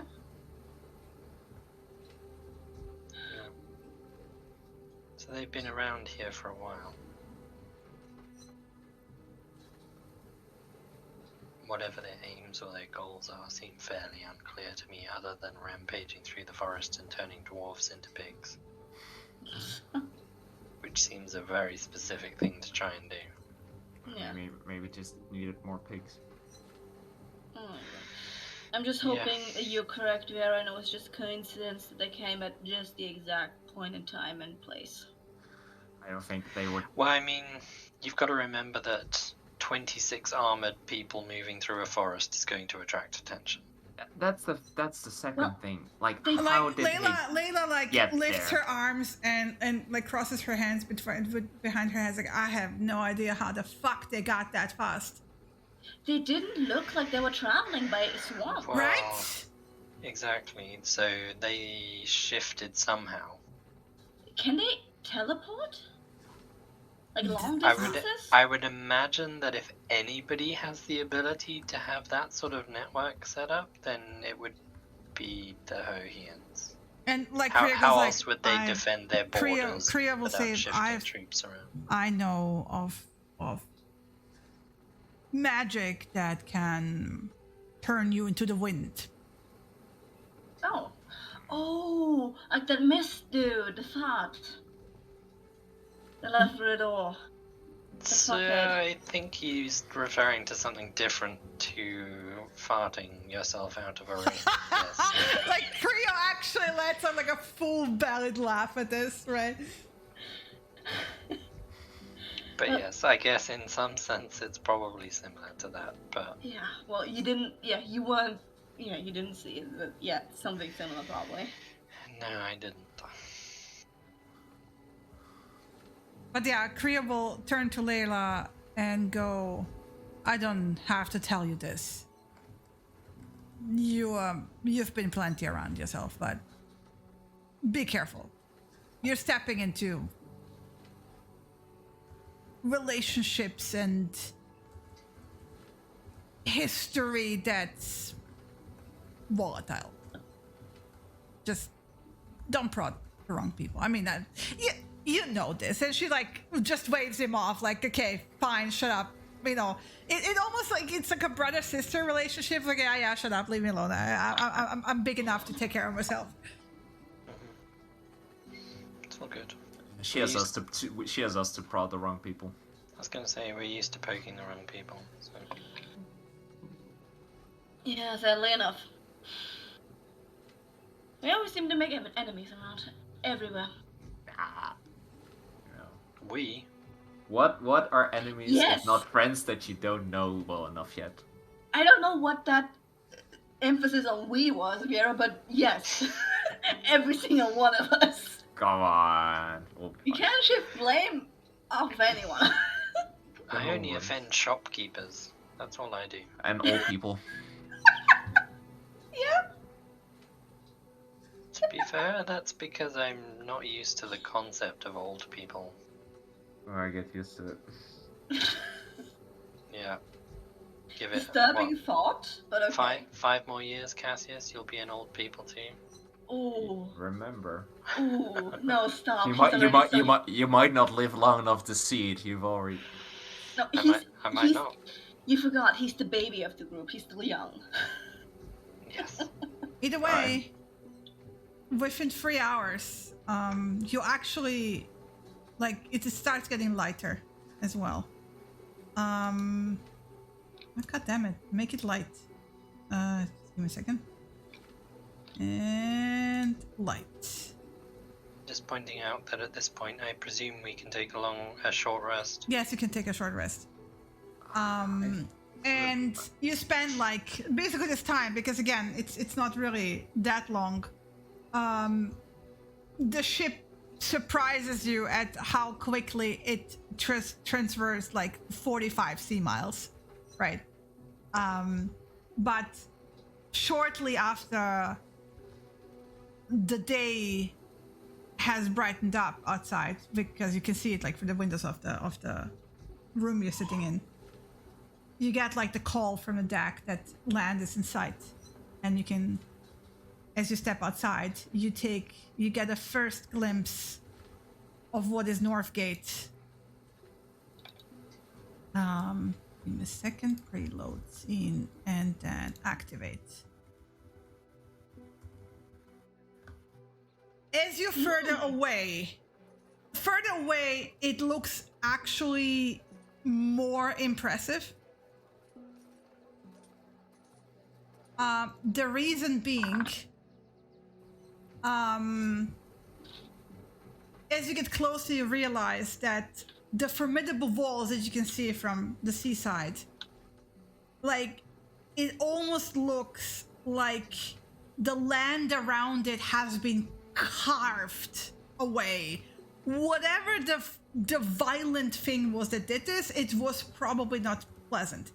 And the closer you get, especially as you come in through the gate, into the bay proper, as the ship sails in to the bay, you can then start seeing the decay on the walls themselves, the cracks, the missing pieces. So pretty. And this is the first time you also see that, like, although from the, like, far away, it looked super impressive. A bit more close up, you can see that this is a city that, like, you can see the former glory, right? It has fallen into disrepair. At least the walls have, right? There is no big sailing ships. There's fishing boats, lots of them. And the ship will actually dock into the deeper area of the bay. They will not go like all the way in there. Viera, what you would notice, especially, is the type of trees, because the climate is still hot, right?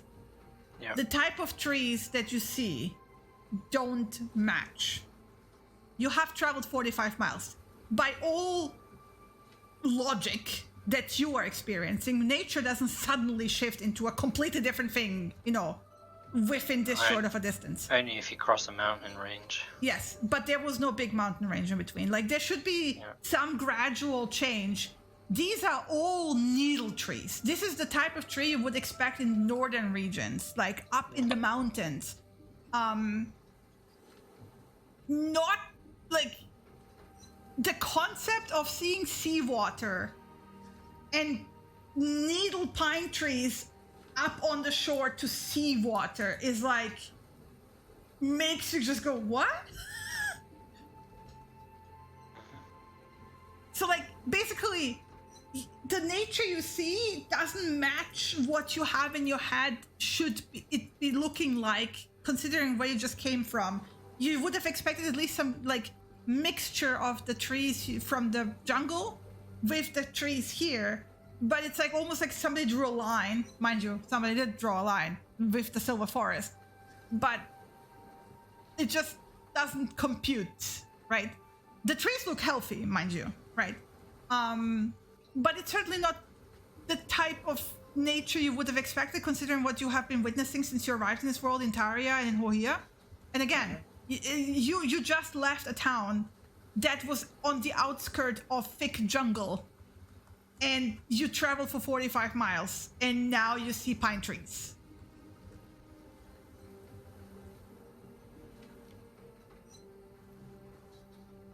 Yeah, this is what you see when you arrive at first.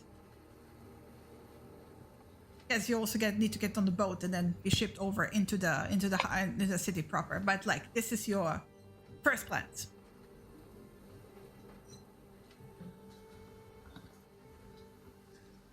Any questions? Any RP? I was just looking at the walls and the bay and the city itself.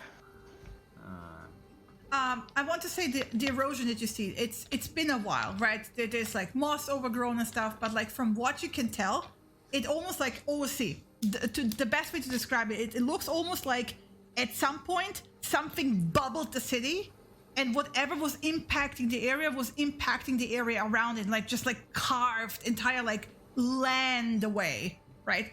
But the city itself seems to have mostly survived that thing, whatever it was, right?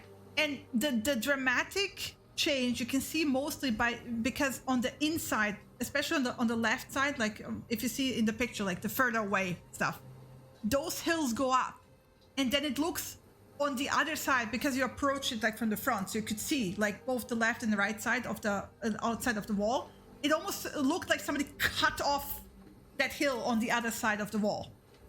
Unnaturally so. Like you can see the exposed rock, right? It's like violently like cut away. So yeah, whatever happened here was probably not great. Yeah.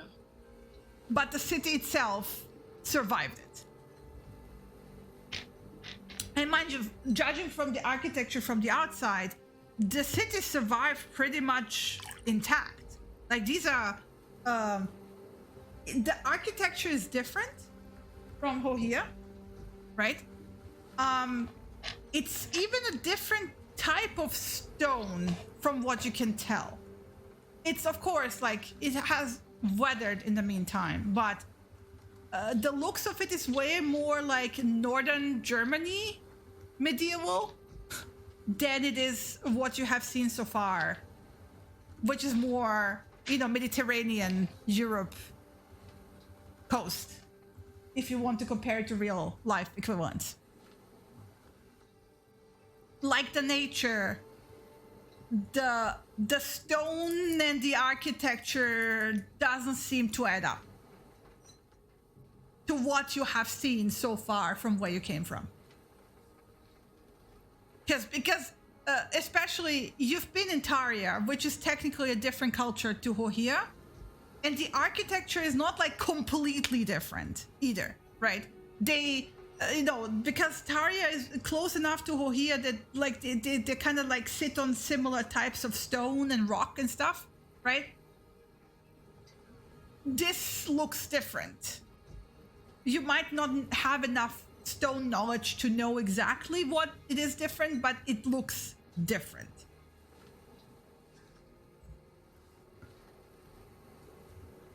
There you go. Either way, Kriya will just make sure that if you need anything, right, if everything is fine, and then they will put you in a boat and they will get you into the town. Yeah, see you later for crew and into more fucking unknown. Let's go. Okay. So, you get into the city proper. Do we want to do a quick break? We can do a quick break if you want. Sure. Right. Sounds good. Alright, be right back then. Okay, let's do a quick break. Be right back.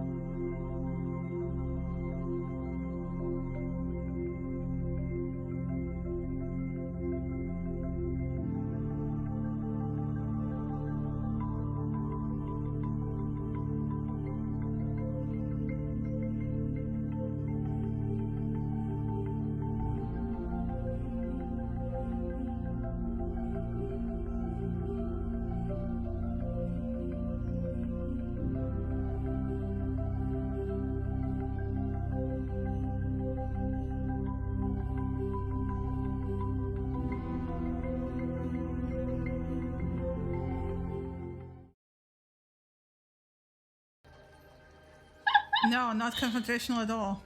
Nope. Don't know why size is instantly confrontational, but sure. As all good people know, size isn't everything. It's a technique that is. I don't know how technique applies here, but okay. She can be any Well, form. the alpha That's the wolf's not thing. going to be interested in a huge fucking dire wolf that just shows up. For a couple hours, and then it drops. Yeah, but don't need a couple of hours. Yeah. That's true. Waiting for Abo and then we continue. And I'm also still loving the thorough line of my sister's protecting me in my child. Don't know what you're talking about. It's incredible, yeah. Incredible. Just keeping that spiel up. I've been looking at what feats I should take at level 8. Ooh, what are you thinking? You're not even sure level 7 yet. I'm thinking meta magic adept. Ooh. What? What? Hello? Right? Hi. I'm gonna Welcome go back. ASI since I'm gonna go uneven with my trained feats and I'm gonna even them out. Before we now get lost Nice. into what feats we're gonna take. We're taking a boat into the city. Get on with it. Yeah. So you But arrive. maybe you want to finish eating first. I mean, I'm allowed to snack. It's D&D. That's kind of what people do when they play D&D. They snack. Yeah, but not when they're talking, they don't. Okay. I'm swallowing. Give me a second. So you're not Stop gonna smash. It's that. Smash, okay, yeah, sure. Creo will leave you, like, they will get you here. Of that side of the town. Alright. So, and then pretty much, like, they will take a look, but one look will confirm what they kind of told you already, the suspicion that, like, the town doesn't have a lot to offer. So they go just gonna, like, good luck, bye, Wait. and boat away. So, this is the first proper human town you've entered since you left the Forgotten Realms. It's immediately obvious because, mind you, they're predominantly Caucasian looking, right? I thought you were going to say it's obvious because this town is falling apart, whereas all the others have been pretty well maintained. Oh, that too. Wow. Thank you. I mean, not wrong. You're welcome. So basically, yeah, some of them, like a lot of them are suntanned and that kind of stuff, but it's like the type of like skin color that's like, okay, yeah, white people who took on a tan, right? Rather than like, Fake tan or real tan? real tan. There's no Oh my fake God. tan. I don't know. Just checking. It's quite a difference between, because you arrive what looks to be the city heart, right? And there's an immediate contrast between the Tucson and even like the previous towns that you've seen, from Hohia, where like the streets are not as clean. I mean, they're not filth, but they're not that kind of clean that Hohia is, right? The buildings are very old. Like I said, for the style of the architecture, I gave you an example picture. Like think of like St. Petersburg. Again, a type of architecture that's built to withstand low temperature cold. Like, it does not match the heat you're standing in, right?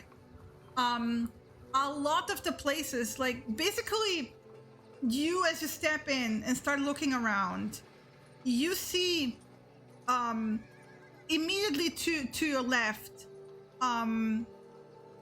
there's like a plaque on the door saying Folia Warehouse in common, and it's like rusted and kind of like barely readable actually at this point.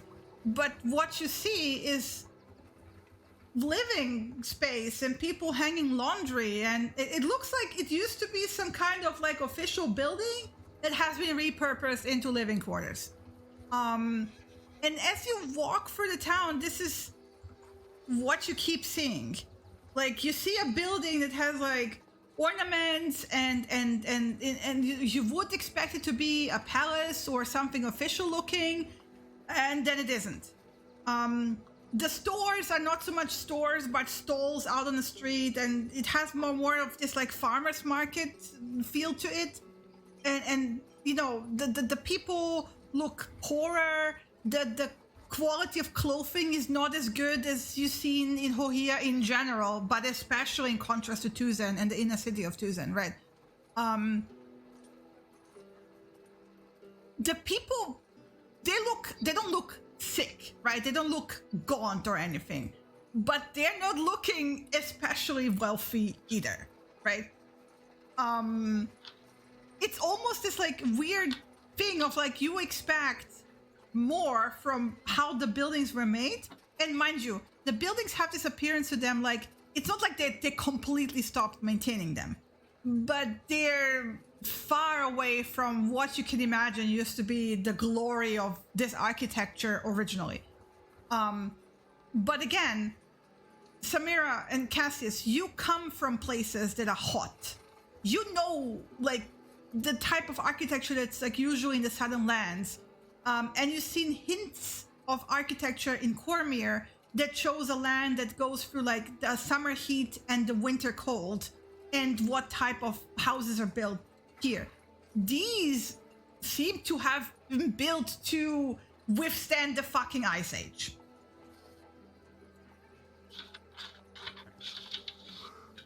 And again, like, people seem to maintain it, but it seems they lack the proper resources to maintain them properly. So the facades, the ornaments, the beauty and the architecture of the glorious buildings has eroded over time.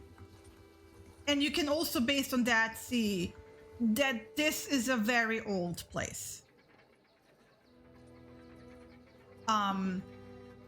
So yeah, what do you do as you arrive? Because the first thing that hits you is basically a fish market and, various people selling. Mostly it's nothing fancy. It's like what you would expect people need for everyday life. And the trading with each other, and not necessarily, you don't also see like necessarily gold exchange, but like things for things as well. A lot like Taria, but you gather this is more out of necessity than it is like, a way of living. The first question is, are we getting any strange stares? You get immediate curiosity from a bunch, like a flock of kids who are like, oh, strangers, woo! And you can see it's not unusual that people dock here. Mm-hmm. But people are... Is it unusual they have an 8-foot panther docking here, though? The panther will get very glances. But if... Yeah. But very glances in the sense of people look at it and quickly look away and go about their business. Okay.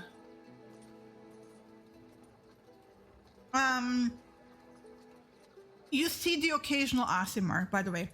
I would say the population is like 85% human, followed by like a smaller population of visible Aasimar. And other than that, you also like, see the occasional dwarf. No elves, by the way, at all. But it's mostly human with some Aasimar. So am I getting any wary glances, given that I'm an elf? You get curious glances, but because you're in the company of the Panther, it seems almost like the Panther is commanding more respect than any of you. So it's like back in... Yeah, yep. Back in Penwind. Yeah, back in Penwind for the first time. But the very glances are mixed with confusion as well. As in, like... Why are we here? No, it's maybe that you can't really tell what the source of confusion is. It's mostly connected to a breath, right? You have flock of kids following you because kids are kids and they will, do silly things like, messing with the Panther when you're not supposed to. I mean, they're not messing with him, but they're like following close by because they're curious, right? But otherwise... I mean, that again, like they're following it like 10 feet behind you, not, you know, they're not touching him or anything. And although you see a few hopeful glances among the stands, you, because of the panther, you get the feeling nobody's like aggressively trying to sell you things. I think with the talk we had beforehand of trying to do some commerce here to have a good light, I'm gonna pick up some like food for like breakfast for us to walk. You have way less of a selection than you had in Susan. Yeah. You know, way less. Yeah, I'll just like some here, some there to like. It's get some- mostly, from what you can tell, Viera especially, because you know nature. It looks like it's mostly type of fruit and vegetables that are easy to grow. Yeah. Simple, easy to grow, and grow plentiful. Alright. So like apples, potatoes, you know, along those lines. Yeah. Orchard fruits, essentially. Yeah. The easier orchard fruits like apples, right? Yeah, the trees that basically grow themselves. Yes. So probably apples, pears, cherries. How's it cost wise looking? Are they like Everything selling- is it- cheap. Whatever you're cheap? buying here, it's cheap. Apply the cheap Okay. thing to it. Huh. And you can also like try to even haggle it down easily. I'm not haggling. Those people need the money. Yeah, there's Not haggling. you don't have anything that you don't see, at least here, anything that would constitute as decorative. This is all utilitarian, right? In the sense of selling, right? Mhm.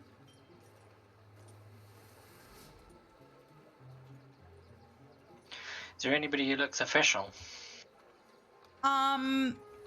Not here, no. Not immediately. Like, I'm waiting for you to tell me So- where you're going, what you're doing. Yeah, let's get ourselves situated. Just I'm gotta getting find. this. Yeah. I'm getting this. Like from one stand, fruit juice each, and then some basic food for Don't breakfast. get anything for me. I don't Ash- get Yep. anything. As she's doing that, I'll like just walk alongside with her and just here and there like ask some like very basic questions of where the like the people in charge live. Oh, like basically as you walk around, Yeah, and yeah. this is the Allison Road, right? You have very old signs here and there where you can like read that off. And well, they will tell you like if you go around the corner, basically from what looks to be animal pens. Again, it's a bit startling because sure, you have sometimes in harbor cities like stables where they have like temporarily like horses and stuff that they transport, right? But immediately, like right off the what looks to be the main harbor, have like pig, animal, you know, chickens and that kind of stuff, which you would expect on farms to be outside the city, is like, holy shit, what the fuck, right? But basically, they direct you if you like follow around the animal pens down Paladin Street. You have the guards. Inside the red hand armor, what used to be the red hand armor, they will explain. So sorry. Viera is not eating anything. No, nothing for me. I don't need food. Why do you not? Did you eat another berry? I will have when I get hungry. No, eat. Please eat some actual nourishment. It is nourishing. It's everything I need in a Please. day. Let her what she wants to eat. I'm not contending with food. We're probably not going to be contending with food for the next few days, so We have rations, plenty of them. yes, we do. And you still insist on the berries. Yes. Fine. You're an adult, but Easy. I'm unhappy. Just so you know. You can feed me later. Right. Okay. I'm buying me and Cassie's breakfast. buy Breath of Fish if you really want to. I'm sure he'd appreciate that. That I will do then. You're early enough to find fish here. What time of day is it, roughly? 7 a.m. 7 a.m. Okay. By this point, you've been like 15 minutes in the city and like slowly walking around, Yeah. getting a bearing. So are we heading down Paladin Street then to the Red Guard? Was it? The red hand armor. Armor. The Red Hand Armorer. Yeah. Okay. Yeah, looks like it. At They least basically tell you like you will see like above the arc of the door, it's like chiseled into the stone redhead armor, but that's where the guard is. Mm-hmm. And just gonna like ask to see if there's like anyone kind of like in charge of trade or business in and outside the city. You will get That's laughed basically- at. Like the people. No, will, no, like, I'm- yeah. I'm saying this to Viera. Like I'm Okay, not yeah, like I okay, just sorry. like to Viera Samira, not to anyone. Yeah. I'm not sure I'd care about trade. No, but just like someone like that is like not necessarily controlling, but then involved with it because we need to get the contacts that are running outside of the city, right? So Well, we'll see and ask about a guide itself. Yeah, I would Creo go did more say with the trade fact. wasn't really commerce, wasn't really something that Yeah, was I mean, happening. even No, Creo but- doesn't bother trading here, so True. yeah. but if there's some like hard to get or goods, they'd still ask for it. Well, so- that's something that we can bring up with the official. I would go down the route of we're passing through. We're looking for a guide to take us into Yeah. the wilderness. We understand that needs the permission of those The who local. own those lands, yeah. and we presume that you guys have some way of at least speaking to them. We don't want to trespass. It's very much a case of we want to follow their rules, whatever they might be. And we're happy to pay you for liaising with us on that. Mm-hmm. They're going to be interested in coin to set up a contact meeting. That's all we need out of these people. We don't want to make any kind of scene. Honestly, the fact that we are showing our faces after the kind of whatever you want to call it, the conflict in Hohir with Bishop Fleetguard, this is already putting ourselves out there too much. That's Well, different. it's a different country, and Well, I doubt they have much It's a contact. different country, and they may or may not, but I imagine what trade they do get probably comes from Hohir, and they will not risk that. We don't know will that yet. Keep We that don't exactly, but maybe we outside should of find mind. that out. out of mind, out of mouth. Just like Sure. where I don't want to insinuate anything. We're here Yeah. traveling through to see some ruins. We need a guide. Specific reason. What's the specific reason? It's for see some historical purposes. Historical Researches research. of history.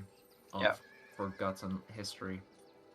Yeah, that particular ruin we have heard of that we want to check out.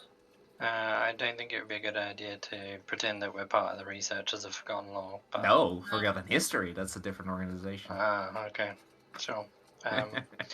Yes, I'm not sure I'd mention an organization. No, we're no. doing historical research, and Yeah. these ruins can- are we can- part of that, a curiosity in that research. Yeah. So we're looking for If, someone and to if they guide us there. ask if us for more information and we don't have any more information, we are being hired to do so. So, you know. Yep. Sounds good. Let's go. I mean, what does Layla think? She's still like curiously looking around and kind of. Oh, I forgot Layla was here. No. I'm buying. She is quiet. She kind of lets you talk to each other, and she is very curiously. Cassie, She's you would getting know breakfast that. from me too. She's getting breakfast too. Yeah. Just so you know. She has the kind of focused look of somebody who's staking the place out.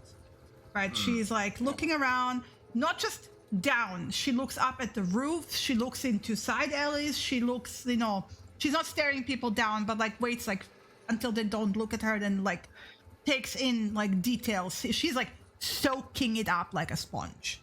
Right? Yeah. If nothing else, Vieira is on high alert, basically expecting to get Yeah. attacked. And she shifted her bag so it's like on the front of her body, so she's like resting a casual hand, but it relaxes a bit the further you go. But like her first impulse, you can see that she's like prepared for pickpockets and stuff like that. But it doesn't seem the kind of town that does that, if you know what I mean. As in like they're People just wouldn't all last poor. very long Yeah, here. yeah. They get lynch mobbed by all the other poor people, is basically. Either way, Vera's kind of on high alert. She doesn't like the glances that Ibrath is getting, so she's on high alert, if nothing else, to ensure she can intervene if anybody tries to complain or make a fuss about it. Yeah. So Cassius is in his element. He's just casual. Layla will be like, well, I guess we should start asking. Well, we're heading for the Red Guard armor, aren't we? That's where the officials are. Yep. It's always good to start there, or in a tavern. Let's start with the officials. I mean, it might be a bit early for them, but we'll find out. If failing that, we can find temporary lodgings. Yeah. Sure. So yeah, you make it around. It's like 5-minute walk, not even. It's like ridiculous. Again, you get this like impression of a building that was repurposed. You expect like guards. What you get is like looks like thrown together armor of like various people and like a handful of people who are actually even present to begin with. The rest is living quarters as well. You can see like underwear and garments and stuff hanging off the upper, like outside the windows, like off the windows and stuff like that. So it's you see that the city, you're getting the impression that the city is probably containing more people than it was originally built to contain. Even the buildings, as you like walked through Paladin Street, right? Because you had like to your right as you stepped into Paladin Street, you had the pens, which are clearly in a building. It looks almost like former properly built stables, but it houses, you know, pigs and chicken and stuff like that. And on the left side, it looks almost like those were like noble houses, right? They look like individual mansions, like in a row. But again, normal people live in there and coming in and out. And you have like, you know, the telltales of like people hanging, you know, everything from potted plants like herbs on the windowsills to like, you know, drying laundry and stuff like that. So when you come around the corner and see also this building seems to be repurposed, it doesn't really surprise you anymore at this point. But it's like this odd, weird clash of the people who live here with what the buildings actually are, right? Of like just this long forgotten prosperity. But you also see people who learn to get by, right? So the guards that you face is such another contrast to Tuzan, where you had like proper uniforms, proper tabards, organized, you know, all shiny, polished, and so on. These are like, you can see that the place when you step in, Samira would probably know the most because she spent enough time in similar places, right? As in like armor smiths and stuff. Has the telltale like signs of this could have been. Yeah, you can see like also on top of the building, like the chimney construction and stuff. This could have very easily been an armor smith in the past, or like a proper like serious blacksmithing, you know, place. But there's this like small office where like these people sit and like eat breakfast and play cards, and they have like thrown together non-matching armor, you know, breastplate here, leather armor there. They don't look like serious warriors, if you know what I mean, or even remotely organized military. Mhm. And as you step in, there is an audible pause in what seemed to be like casual morning for them as the cat steps into the door. Before we step in, can I actually take a look, like a brief look outside of the armory, if there's any signs of thieves' cant? No. Quick scan. No. Not at all? No. Alright. Perfect. Sorry, continue.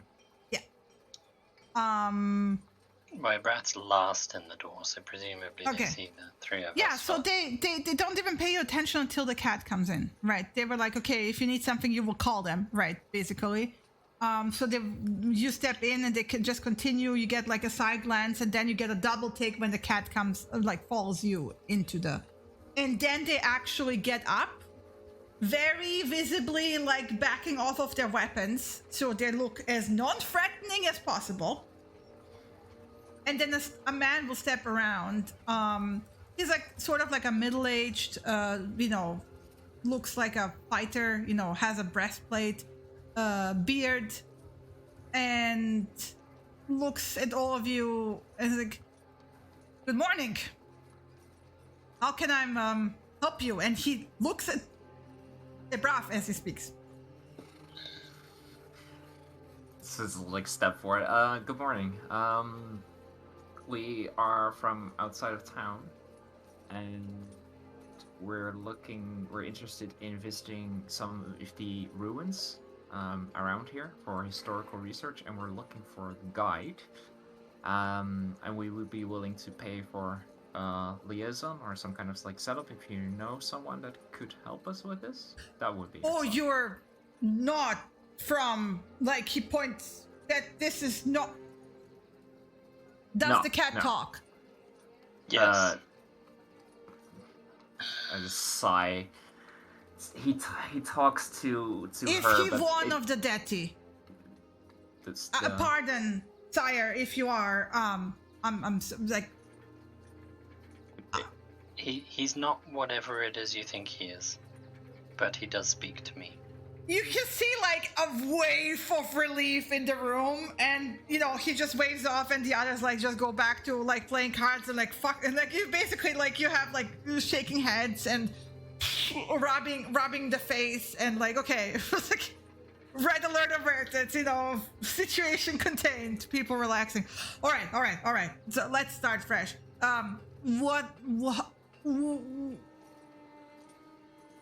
Piotr, my name is Piotr, and he like reaches out with a hand towards Cassius. I'll step forward. Cassius, nice to meet you. All right, so you need what? A guide to the local ruins, and also that we Which don't ones? want to. The Standing Stone ruins. Yes. We just want to get someone that would be able to get us permission, because we don't want to. I don't intrude. know what Standing Stone ruins are, but well, I cannot give you this permission if like we don't. If you know someone that could, that would be perfect. Well, I mean, we're mostly untouched, but it's not the season, I suppose. You have, well, I guess in the keep you would have. You would find him, I guess, at this time of day. Maybe if he's around. Who is him? Who are we looking for? His name is Nimrod. If you're seeking a guide, this is the person to talk to. Okay. You said that you were mostly untouched. This is not the. What do you mean by that? You are not familiar with Guyland, I assume. At all.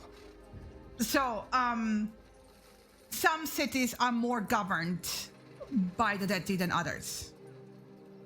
Could you get a spelling on that, by the way? Deity? Yeah. DETI? Thank you. I have double T. Oh, Should you Right. type T? Yeah. No, Alright. double T. perfect. Thank you. we are more left on our own, or rather we are ignored, which is fine, I suppose, but it's also more difficult to get to the outside. So if you need permission to travel inlands, I guess Nimrod would be your best bet. Okay. His kind doesn't really show much interest in us here for reasons. You see, like, he's trying to tell you things without telling you things because you were about to talk to what you can assume is one of the deity. And he doesn't want, like, you telling anyone that he talked shit about anyone. You said something about seasons? Well, I mean, if during the later season, there's more likelihood that you will find more of them, because it's just comfort. And they bring things that were hard to acquire from us, for us, not so much in Northgate, but in other cities. What sort of things are hard to acquire in Northgate? Minerals, ore. Minerals, or During the harsher seasons when the harvest was not as great, really anything. Yeah, and we are not allowed to spread as much as some of the others. Which is understandable, considering, uncomfortable laugh.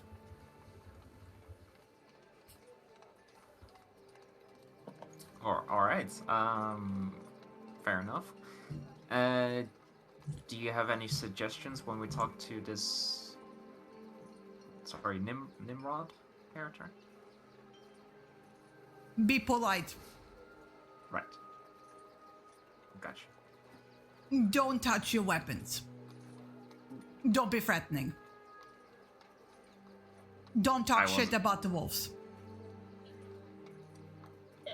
Thank you for those tips.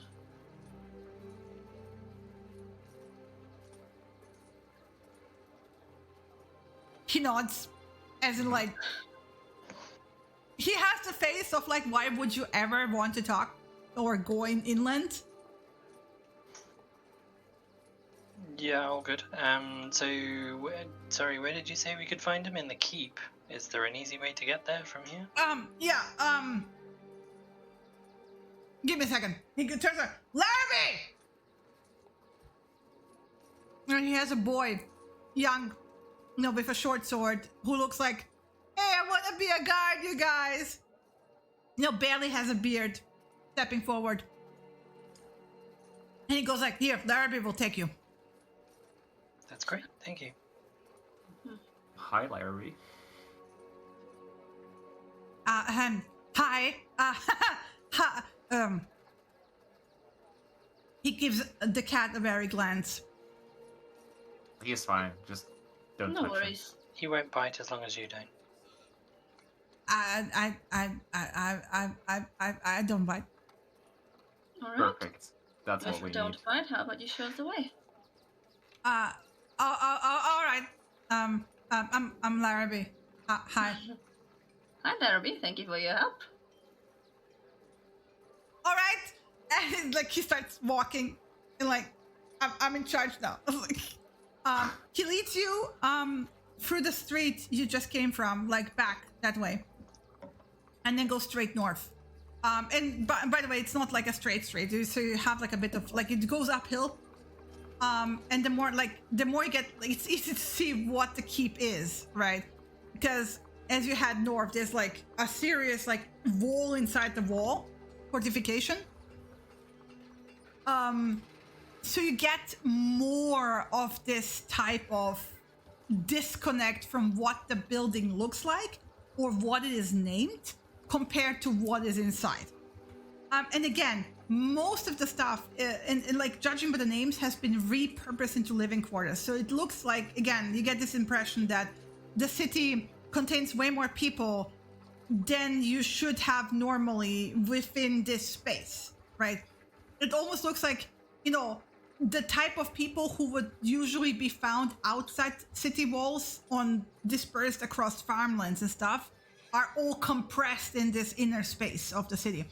And if you look left and right, like when you see like the hills and stuff, basically most of what looks to be parks and hills that used to be decorative are now repurposed into farm stuff, right? So you can see like green space in between the buildings that were clearly like you can see statues and fountains, and now you see people washing their laundry there, and the green space has like herb gardens and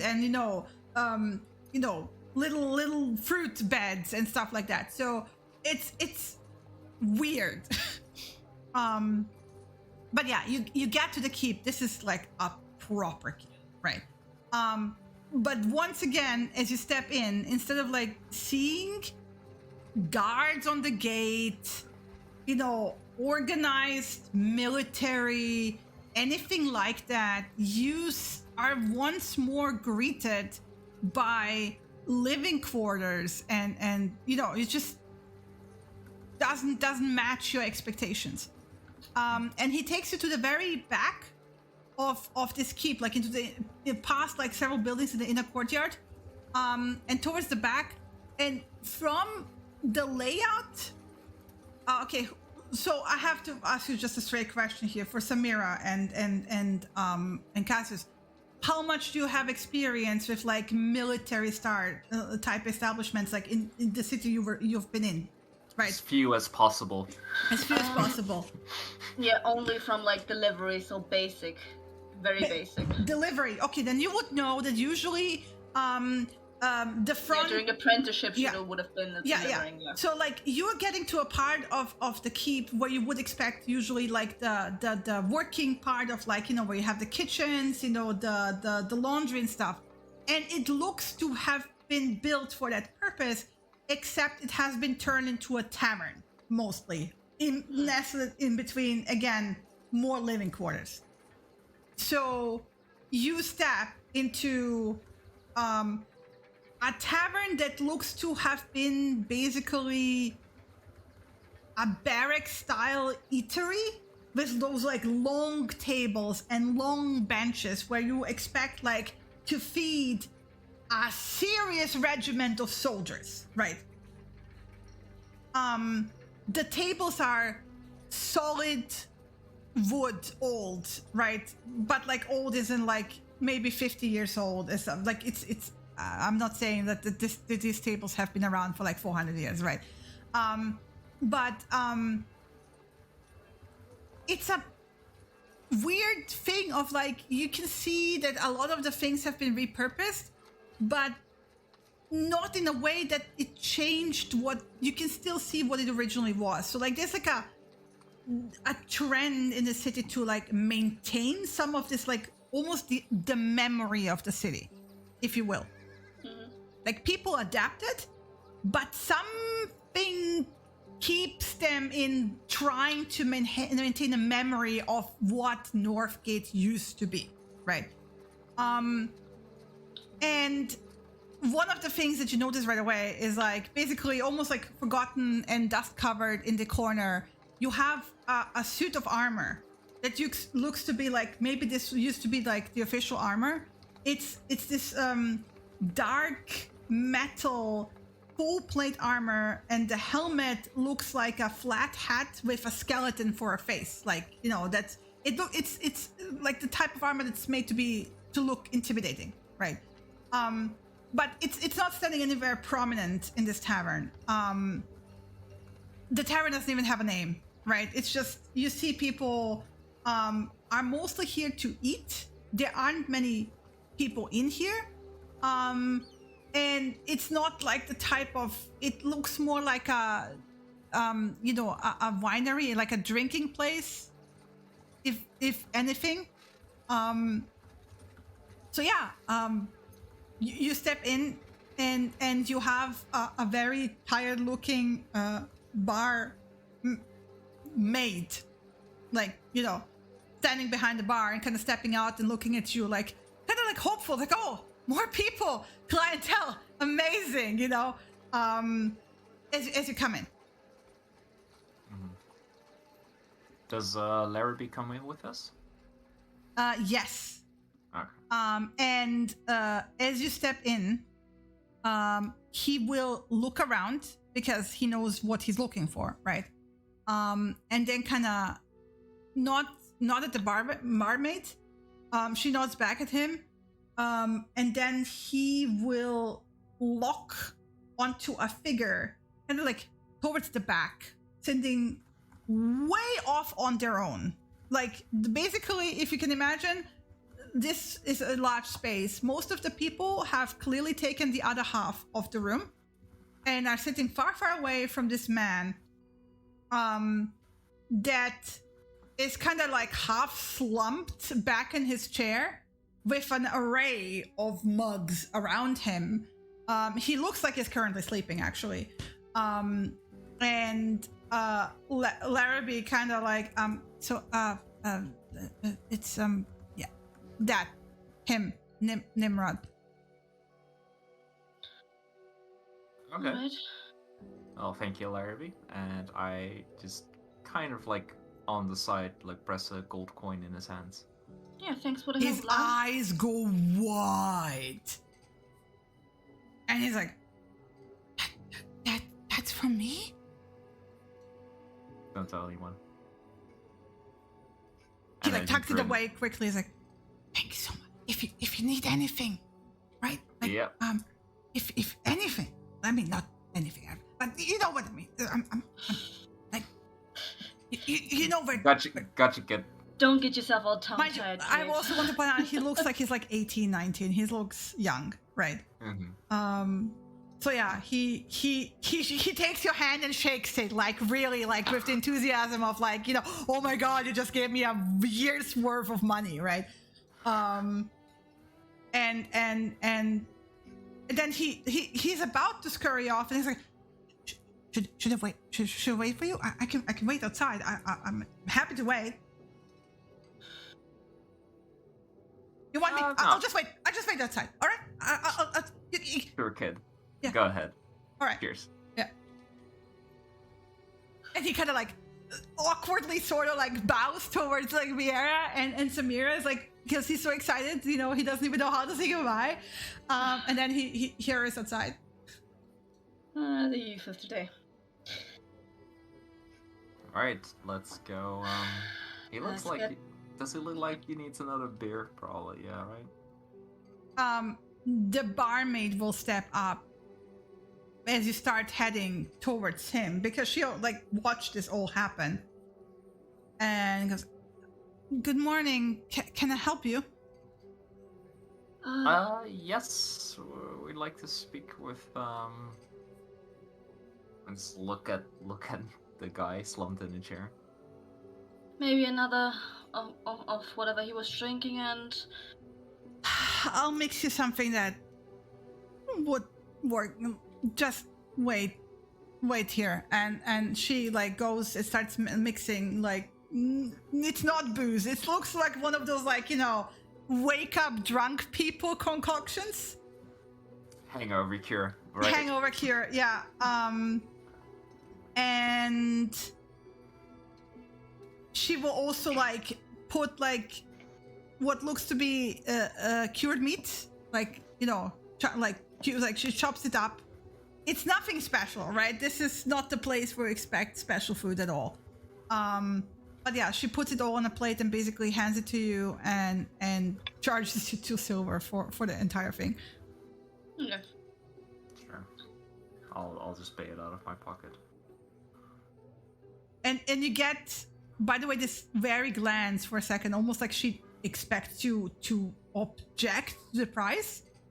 And, you know, and then she like pockets it quickly. It's like, just don't be very loud. No worries, I know how to handle these people. The drunk ones, at least. Is he... Can I do some kind of check or just look at him? So, from Does what he look like a lesser restoration would cure him? I mean, you don't know. Like you're standing in the middle of a room. He's like on the opposite side, right? Of this like cute, longish yeah. table. I With mean, a 20 perception. I mean, you can Massive. you can try. He's currently napping. What seems to be Yeah, like. if I could, this is a hangover cure. With experience with us, you know that if we're already having a hangover, you can't cure it. Yeah, you can lesser restore the alcohol out of his system, right? We have tried that with us before. It didn't work. Yeah. Sadness. But yeah, in this chair, like slumped backwards, is this youngish-looking male, who seems to be wearing not much besides like a simple black linen shirt and black pants, some heavy boots, and he's got like his arms are slumped backwards. His arms are, Samira, for you, are covered in ink. Okay. And his hair is mostly this like reddish, like coppery brown with shocks of white. And his beard, he has a beard, which is also mostly reddish brown, but part of it towards the right side of the face is white as well, silvery white. As is his eyebrow. It's almost like it's patchwork colored. Uh-huh. Yeah. And as you get closer, because he's kind of sitting in the darker part of the tavern, right, towards the back, you see that he has tan skin, but where the hair is whiter, the skin has like white patches, right? Like, you know, see, it looks like vitiligo, right? There's like clear patches of his skin on his face where like the pigment is missing. And where the pigment is not missing, he has like tanned skin. As you approach, from somewhere behind him, a weasel scurries out and basically hisses at you. Which is what Whoa, wakes him hang up. on. So immediately Vieira wants to know essentially what the weasel's temperament is, what its short-term needs are, and everything else that the ranger gives me. The weasel is, you get basically the impression it's protective of its friend, what it considers is his friend, right? Yeah, give me a second, because I have the ability to influence this. Yeah. An ability to influence the weasel. Alright. Oh yeah, I'm a fucking beastmaster for a reason. So Beast Conclave, blah blah, companions bond. It's not that.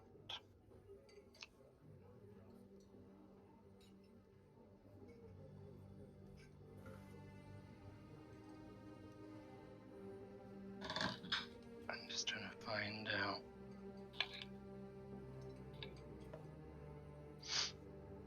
Are you squealing already, Lena? Are you squealing?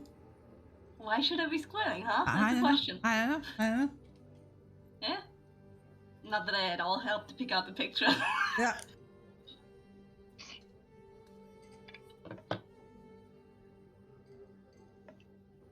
Why is it that whenever I'm looking for this shit, I can never find it? Knowing that you kept the weasel, by the way. Of course I kept the weasel. Yeah. Weasel is the best part. Exactly.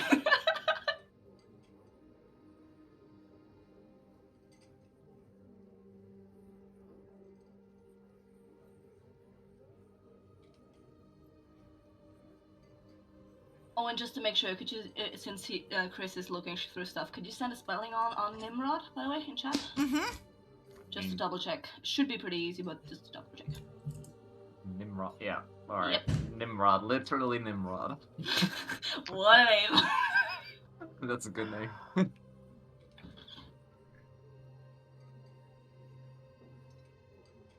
For whatever reason, I can't find the bit I'm looking for.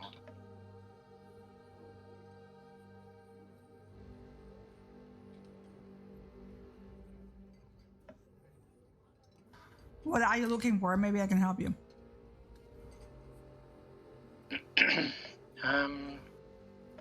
I've got something as a Beast Conclave Ranger where when it comes to animals, I can inherently tell their current mood, their current short-term needs, all that kind of stuff.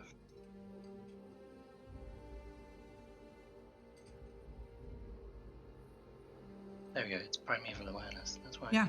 it's like halfway through it. I've got an innate ability to communicate with beasts, and they recognize me as a kindred Yeah. spirit. Through sounds and gestures, you can communicate simple ideas to the beast as an action and can read its basic mood and intent. You learn its emotional state, whether it's affected by any magic of any sort, its short-term needs such as food and safety, and actions you can take, if any, to persuade it not to attack. So, seeing the weaseling, Vieira's stance is immediately kind of move in front of the other two and kind of present herself as, we mean no harm, we're simply here to talk. Yeah. And basically try and dissuade it from attacking because we're not interested in hurting it or its master. Yeah, it basically... And if it wasn't- anything, she's concerned about its safety. Yeah, Is it okay? it was more defensive than offensive, so the hiss was Yeah. more like a threat of like, don't come any closer, I will fucking bite you. yeah. Yeah, Knowing that's fine. weasels, they can be very vicious when you get up close and personal, right? But basically, it's more, like I said, the immediate thing is that it's protecting its friend, right? Mhm. Because he's passed out. However, the hissing does wake him up. And he kind of like groans, kind of like slumps forward, rubs his face, and immediately reaches for a mug and kind of starts looking if there's any booze left. And then almost like as an afterthought, looks up at you. And you also see that this discoloration extends to his eyes as well. The left eye is brownish amber, and the other one is whitish silver. And he like stops and just looks like with this expression of like, huh? What do you want? He doesn't say it, but like it's basically the facial expression of like correct eyebrow. Just place the hangover drink in front of him. Yeah, and the QM meets. May we sit down? We would like to speak. What do you? Sure. And he picks up the weasel and puts it on his shoulder and like pats it to like calm it down. And grabs the and Vieira, you of all people know this body language. It's the body language. You know how wolves get their food on their side and don't like other people being close to while they're eating? You seeing behavior that reminds you of that as he pulls the bowl with the food and the drink, which he like sniffs, makes like a snarling, expression, and then like drinks part of it, puts it down, and then starts like eating, like hunched over. But basically, he doesn't even tell you to sit down. He just like, sure, and that was all the confirmation you got. Okay. Yeah, take a seat. Just sit down and just like lean a little bit to the side and just like wait until he's done. Because it doesn't seem like a person that likes to talk when they eat.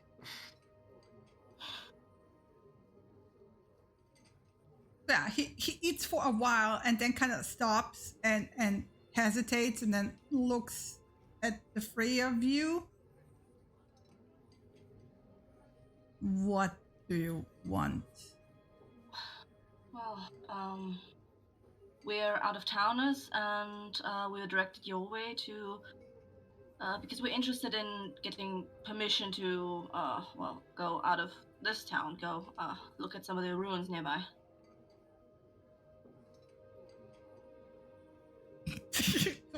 Right. No. And he continues eating. I mean, we can pay. I don't give a fuck about your money. Money isn't the only way one can pay. Oh, really? And he like leans back, picks up the mug, and like at that comment specifically from Samira, right? Because of all people, she got the longest lingering, evaluation from his eyes. I was like, I'm curious, what do you pay with then, Asimar? Well, we've done favors before, we've done jobs before. What would you need, per se? I don't need anything from you. Not from your kind, certainly.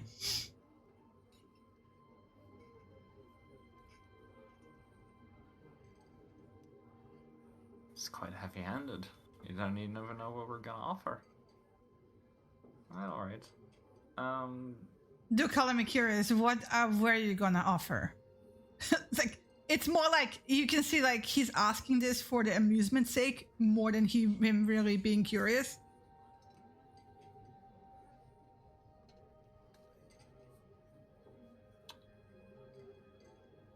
Well, what I immediately thought of is that this town is obviously shuttered off from other places. I don't know how inland it goes, but obviously otherwise we could have procured something of interest. Whatever I else. don't care how people in this town get stuff they need. This is not my concern or the concern of my people. They have taken more than enough. They can handle themselves. There's no interest of mine what they get or not.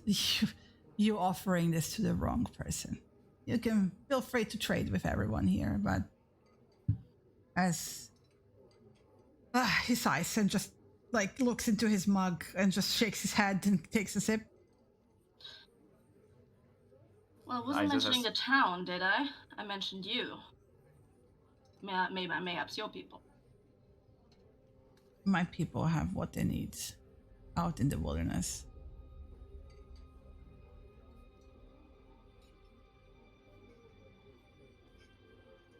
Should look at Cassius and see what's about. Seemed as if he was about to say something.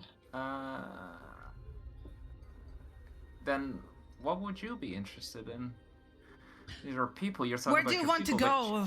What's so important out there that you need to head out there? We're researchers. We're interested in looking in some of the ruins, so specifically a. What ruins are you looking into? A couple of standing stones.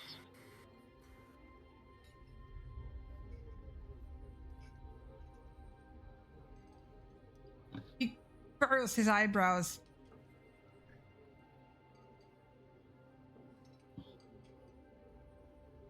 Who are you people?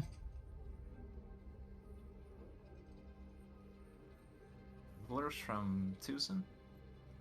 Settled there. Made some contacts, got some information. We're interested in.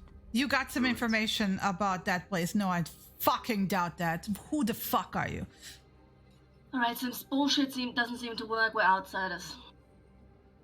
But Like outside. stop! Outsiders. Shut up! Shut up! I'm not talking to you. I'm talking to the Lady Asimar. What? Outsiders. Define outsiders. And he like perks up at this. Like he actually sits straighter. People who don't come from this place, this world, this realm. Outsiders. It seems to have already been known to many people that this is something that can happen. So. All the places. Of course. They talk to me. You all three outsiders. And now he like looks at Cassius and Vera. The three of us, yes. She's just not. Shrug. So what do you want from the ruins? We don't. Something of interest there for us. Something of interest. The something being what? Well, what would this information help you? People don't step foot in my land for trivial reasons. You should have done your research on what kind of country you're stepping into before coming to my place. Your country seems pretty secluded, so I doubt we would get For a much reason, information. yes.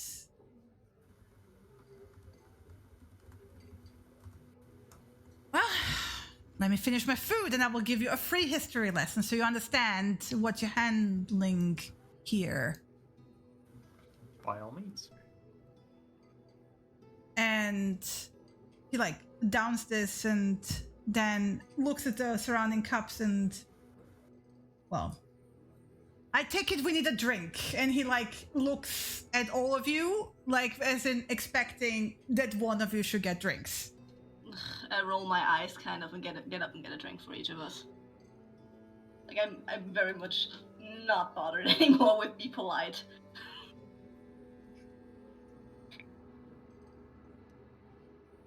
Right, get a drink for all of us. It's nothing special. Like you have the choice of ale and then the same ale, and that's literally it. That's all they have. Yeah. They have ale. They have Ale that for one okay. type of ale. 5 ales then. It's also significantly weaker ale, by the way, than you used to. They clearly finding ways and stretching things, right? So you can actually you can drink twice as much of this stuff than you could usually with ale, by the way, easily. So you can also then imagine how much it would take to drink to actually get to a hungover state. You also get like a pleading, half apologetic glance from the barmaid. Right? I'm gonna tip her a bit because she has to go through this bullshit every day. And she will like take your hand and like just lean in and whisper like barely audible, right? Barely audible. And she will even have like a glance to see like if he's looking her way or not. Like almost like she expects him to be able to hear if she whispers above a certain level, right? Where she goes like, don't take it personal. He doesn't mean it, all right? Alright, okay. Seems to have a big heart if you don't take that personal, so thank you. She kind of squeezes your hand and then like gives you extra mugs for him. Alright.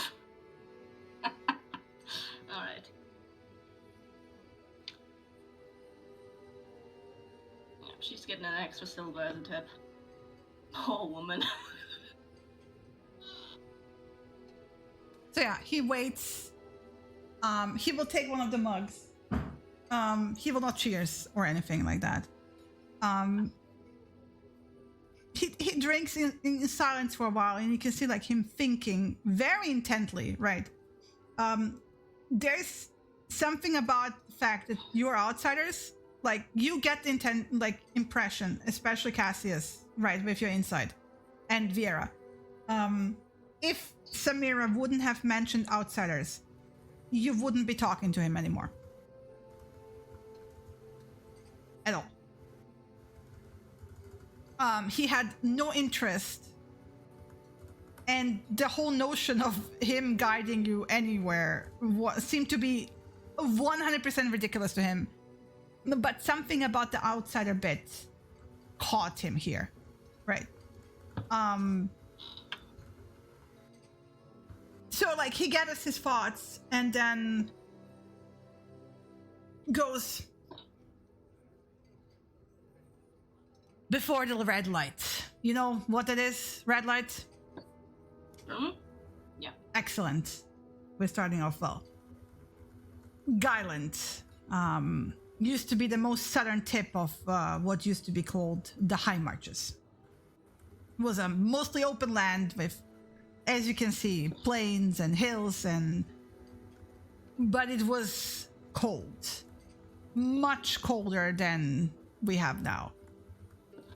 It had harsh winters and, from what I understand, harrowing winds that came down from the north. And even in the past, even before, way before, the High Marches frequently served as the battlefields of wars between elves and the invading kind of waves towards Cassius humans. And then when the elven communes fell, refugees fled across the High Marches on their way to the Ironlands. And some would stay and found the High Marches city-states. He kind of waves around him, like kind of half rolling his eyes. And since you said ruins, still to this day, the land, even if in its state as it is now, hides many old ruins of elven and even dwarven make. Elven ruins from when they first arrived after the Sun Kingdoms fell, and dwarven ruins from long before then during the reign of the Stone Empires. And these ruins are strewn about the plains and hills, and a few still hidden deep within the thicker forests and mountains. He kind of stops and again gathers himself for a moment. The history of Guyland, as it is now, starts when the story of what was once known as the Windlands and the Landing was violently torn from the firm embrace of the continent and sucked into the maelstrom. It ended here. And whatever survived the journey to the inside,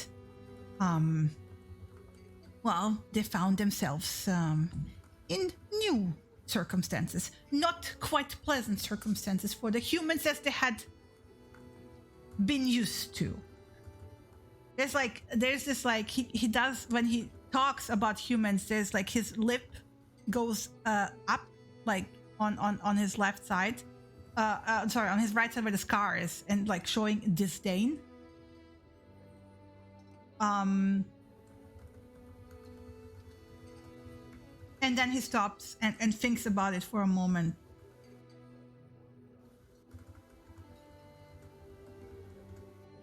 These lands, the story of this land.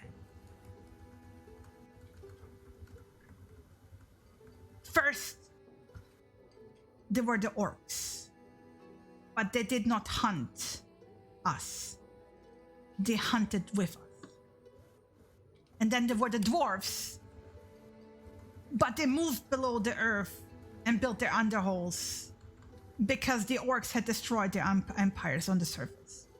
And then came the elves, but they lived in harmony with all the creatures of the wild. It wasn't until the elven settlements burned to human fires that we saw ourselves becoming the prey. You see humans, and like gives like this like burning glare into Cassius, right? Like many of the younger races had found their own place where they had a chance to survive and grow and prosper, and they did. They learned to build fires and shelters. They learned to farm and build settlements. They built boats and fished the sea. They bred and spread through their pieces of the world until they could not push anymore. For their lands were harsh and cold and unforgiving, and oh no, we must conquer other places. So they adapted and grew strong and sturdy, and then they moved and found greener lands that did not belong to them. When they came, the elves did not expect them. We did not expect them. When they came, we were not prepared for war. The wolves, the Dati, we looked at them and we did not see them as conquerors. We saw them as a new kind of meat. And he gives you like this like like a grin of like your foods. Cassius? Yeah, the same expression. This casual just leaning back. Wars were fought to possess the wild places. Sometimes humans won, spread their seed farther and further. More often, pieces of civilization disappeared, and fearful survivors tried not to shiver when a howl went up in the night, or a man wandering too far from the safety of stout doors and light was found the next morning torn to pieces. Centuries passed and the humans built better armor, better weapons.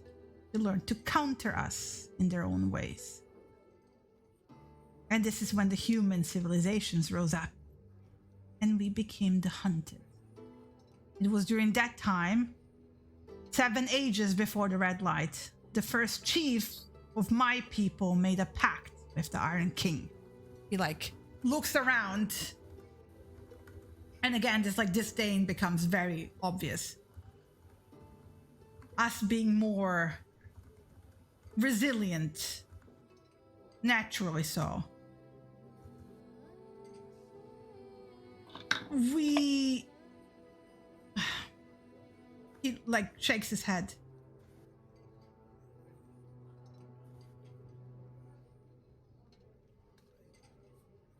We made a pact for protection. We would protect the outskirts of the cities that were built here, like Northgate, in exchange for protection from other cities that were warring against them.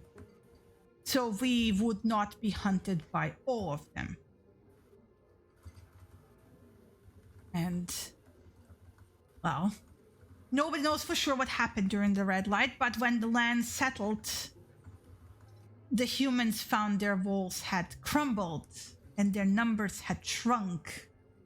And us being naturally more resilient, as I said, we were outnumbering them.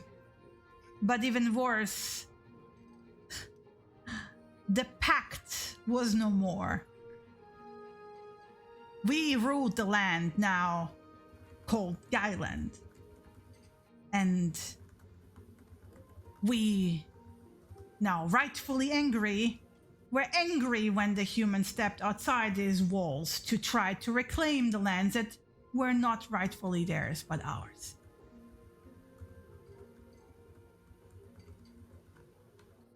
So we ate them. And then the next generation of survivors tried once more to spread out and reclaim the land as their own, and we ate them too. He kind of gives you a feral grin. The third wave of survivors had a leader who was smarter than his predecessors. He offered us blankets and cloth for clothes and interesting bits of shiny in exchange for being allowed to live in these pens and have enough land to grow crops. And we thought it was a fair exchange. Stay in your little shelters, and we won't eat you. And the arrangement satisfied both sides. And this is how it was ever since. So you see, when you ask to be led into the lands beyond these walls, you can see that we might not be as delighted of that thought.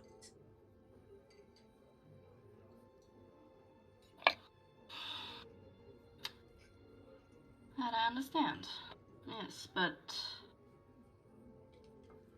your reluctance is very understood, but for one, we are not the people with the same histories as here, but for other, there must be some that can bargain their way.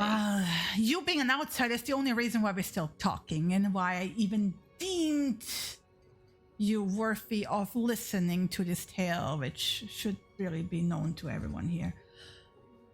So what do you want to do in the ruins? That place is not known. He motions to the people in the back. Certainly not to people who are here. We're looking to find something there.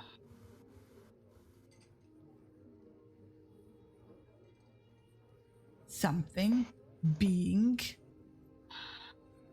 It's an object that's been stored there. An artifact.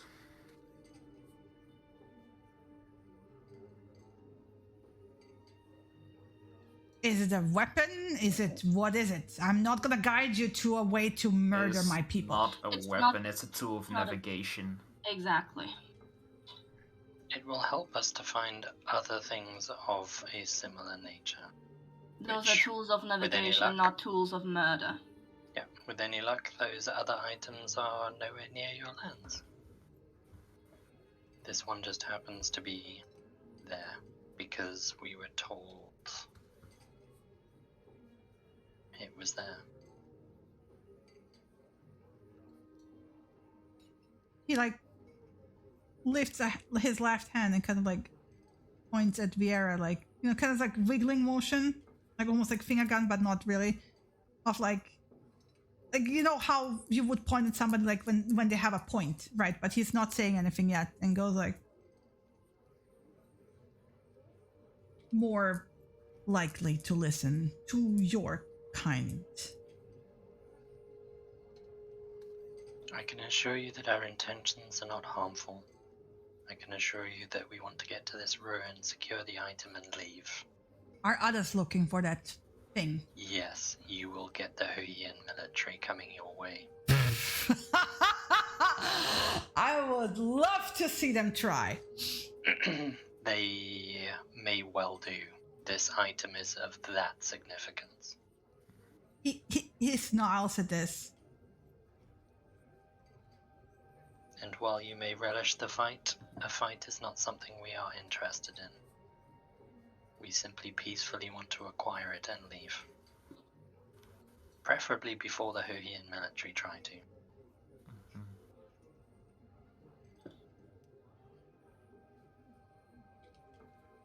He kind of leans back surprised if and scritches the weasel, right? That's a stalwart friend you have there. He nods. And kind of like leans his head to the weasel and goes like, "What do you say, Gwyn?" And like the weasel just like sniffs his cheek and like boops its nose against his cheek. No. Like a little teeniest bit of a smile at that. There's this like tension in his jaw where he's looking up and he's thinking, right? Mm-hmm. And you can see that he's not very happy about this situation. You can also see like a man who knows way more than he actually told you just about. Like this is like scratching the surface basically of like the brief crash course of the centuries of hatred between two species, right? And real pain, like justifiably so. And you also can see like even he has scars, right? Who knows where from. I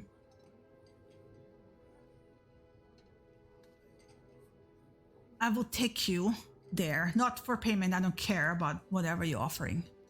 I'm not interested in possessions in that way. I will take you there to make sure this thing is off our lands and no one else is coming for them. I'm That's taking you something. there to keep my people safe. Of course, I expect That's no fair. less. Yeah. Something we can agree on then. We'll take it off your hands. You will travel with me. You will not step away from me. Alright. This is not a compact. I'm not making deals with you. It is an offer. This is all. Of course. Of Not course. interested in deals. This is So fine. decision deals aren't really... I'm not interested in repeating the past. And he waves off. He like immediately shows he has no interest in continuing whatever he just talked about, right?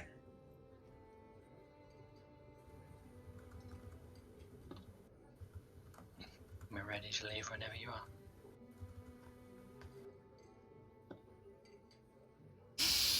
Tomorrow morning. Be at the Targan Gate. It's only fitting. Targan Gates. The Targan Gate, yes. Ask around. The Targan Gate. It's the gate that. We'll find it. Alright. Till tomorrow morning then. At dawn. Be on time. We will. Mm-hmm. And he will pause and like look at the Braff, and then like hold out his hand so a Braff can sniff it. And his expression will also be like more gentle, right, as he regards the animal. And if the Braff allows it, he will give him like a scritch behind the ear. That's up to her breath.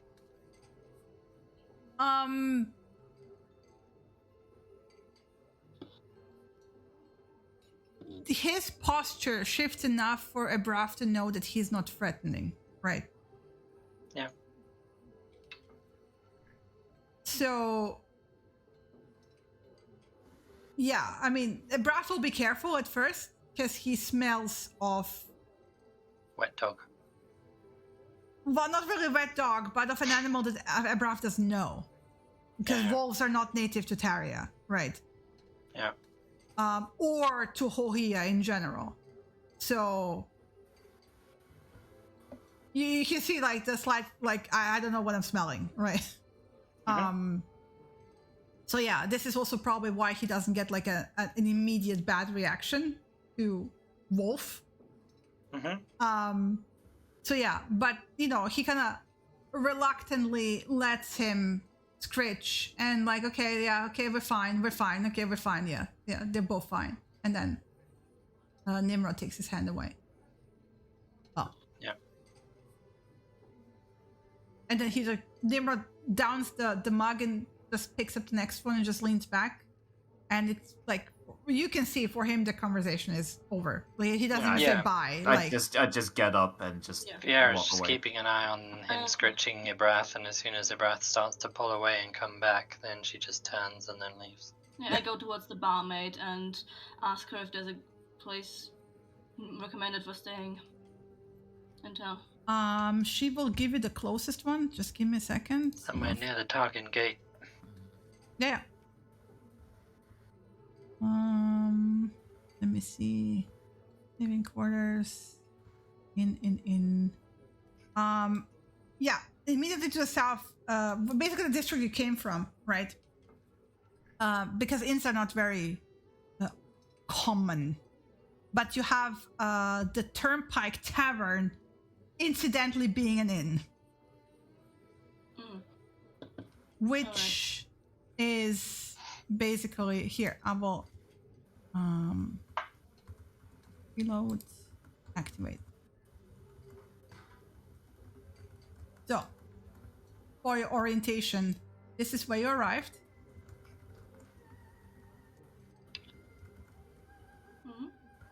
So you arrived here, and then basically this is the Paladin Street. This is where the guard was here. Right. And then you went up basically around here to the keep. The tavern you were in is back here. Targan Gate, Larrabee will explain it to you. Targan Gate, when you leave here and go up this road, this is Targan Gate here. Which is not just the gate, but it's also the district here, right? And you have an inn, which is, you actually walked past it, but you didn't immediately recognize it as an inn here. That's the inn. And basically, the market is right here, right? Yeah. These were the pens here, the number 20. The inn is poor quality, I will tell you right away. It's like decent enough, clean enough. You can see that they maintain it because, I mean, this is basically where all the visitors come, right? So they maintain it nicely enough to attract whatever trade comes in and people staying here for temporary, but it's like, it's not full. They easily have free rooms, you know, like for you to peruse. It's nothing special, but it's, you know, clean. Yeah. And if I remember correctly, when we got those hangover cures and whatever for him, the barmaid looked like she wasn't gonna be paid, right? She thought she wasn't gonna be paid at first, right? Or was it someone else? She looked like she made the face of like, you get the impression she was charging you more than she would charge locals. clearly. and was almost surprised that she got away with it. Alright. Because Okay. I want to point out, the place of the tavern is distinctly local. This is not a Mhm. place you would come into. This is like where the locals go. This is not like people are here Okay. for merch, But you get the feeling, because most of the trade is done through water and traveled land is not very common. Most of places tending to visitors will be in the dockside. So Mhm. tavern you got to, that's a local insider thing, right? Alright. Okay. Then I go outside. Without to be ready. Larrabee, you would have probably not even naturally stepped into the hold to begin with to find this place. Right. Alright, with that information, I'll go join the others outside to let them know. And what yeah, it's the can say. Turnpike Tavern. Turnpike Tavern. Right.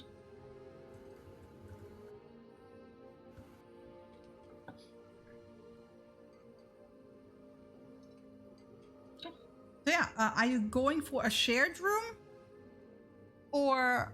I'm getting a room with Layla. Done.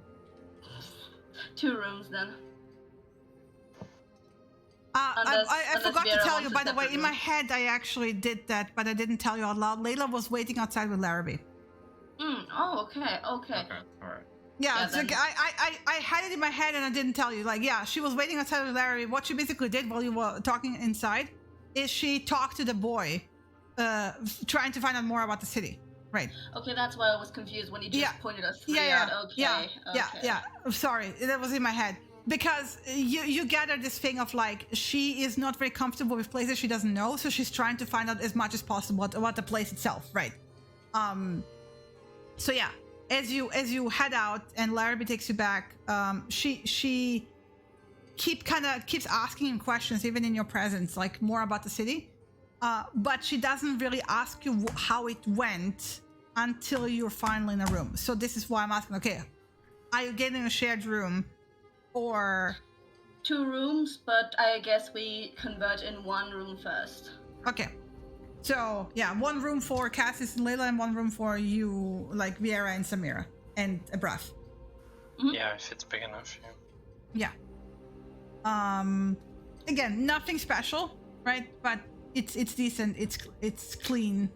It's You know. fine. Your breath can have the bed. Vera will put a bedroll down on the floor. I mean, he's not gonna complain, but sure. Yeah, when we're converging to talk in 1 room, I don't care which room, I'll take out the silent stone and say we do no ground. Yeah. So she will get comfy next to Cassius and be like, "All right." I mean, we got our guide. First, we got a same old story. Humans are fucking terrible. You're meat, blah blah blah. What? Wait, what? What? Yeah. That's not mean- same old story. What? Yeah, I mean, basically, the humans at some point came into this lands, drove away the elves. There was a bunch of wars, and then they started hunting the Deity. And then there were fewer humans because of the red light. There were more of the Deity, and they basically made a pact that the humans stay inside, the Deity stay outside. Mutual protection, sort of. yeah, after several generations of violence, circle of violence, until finally humans came with offerings of gifts and such to have reign of cities. Yeah. But yeah, apparently before humans came, everything was just perfectly fine. Orcs and dwarves and elves, just fine. Like I said, same old story. All right. So we have a guide. Yep. And basically, the only exchange is because he wants it to get whatever artifact we're looking for off his lands as soon as possible before other people come looking for it. Yeah. So. Mm-hmm. Which Awesome. actually is a good deal on our side. Yeah. Assuming you trust the deal, it's not a promise, it's not a deal. It's an just a offer. Yeah. Well, it's something. It's the best that we could get, and I'm sorry for doing revealing us as outsider before talking with you guys, but it was obvious he wasn't going to do anything without us distancing ourselves to, It's fine. yeah, our kind of people, as he first calls it. Well, you seemed happy enough to deal with me and you. More with you. Well, in as much as that man was going to be happy dealing with anybody. It's Yeah, fucking more good. happy with dealing with you. I was also first seen as an enemy. Yeah, potentially. Which, Right. I mean, Enemy's Right. fine, you don't have to be Yeah. dick about it. Either way, more recent conflict apparently they are some of them with the humans. I think clearly the only thing he cares about is not being invaded by her here, so... Which makes sense, taking care of his people first. Yep. Makes me wonder though why was he inside? He cares about his people so much. Why is he inside? I suspect he is the The point of liaison. contact Yeah.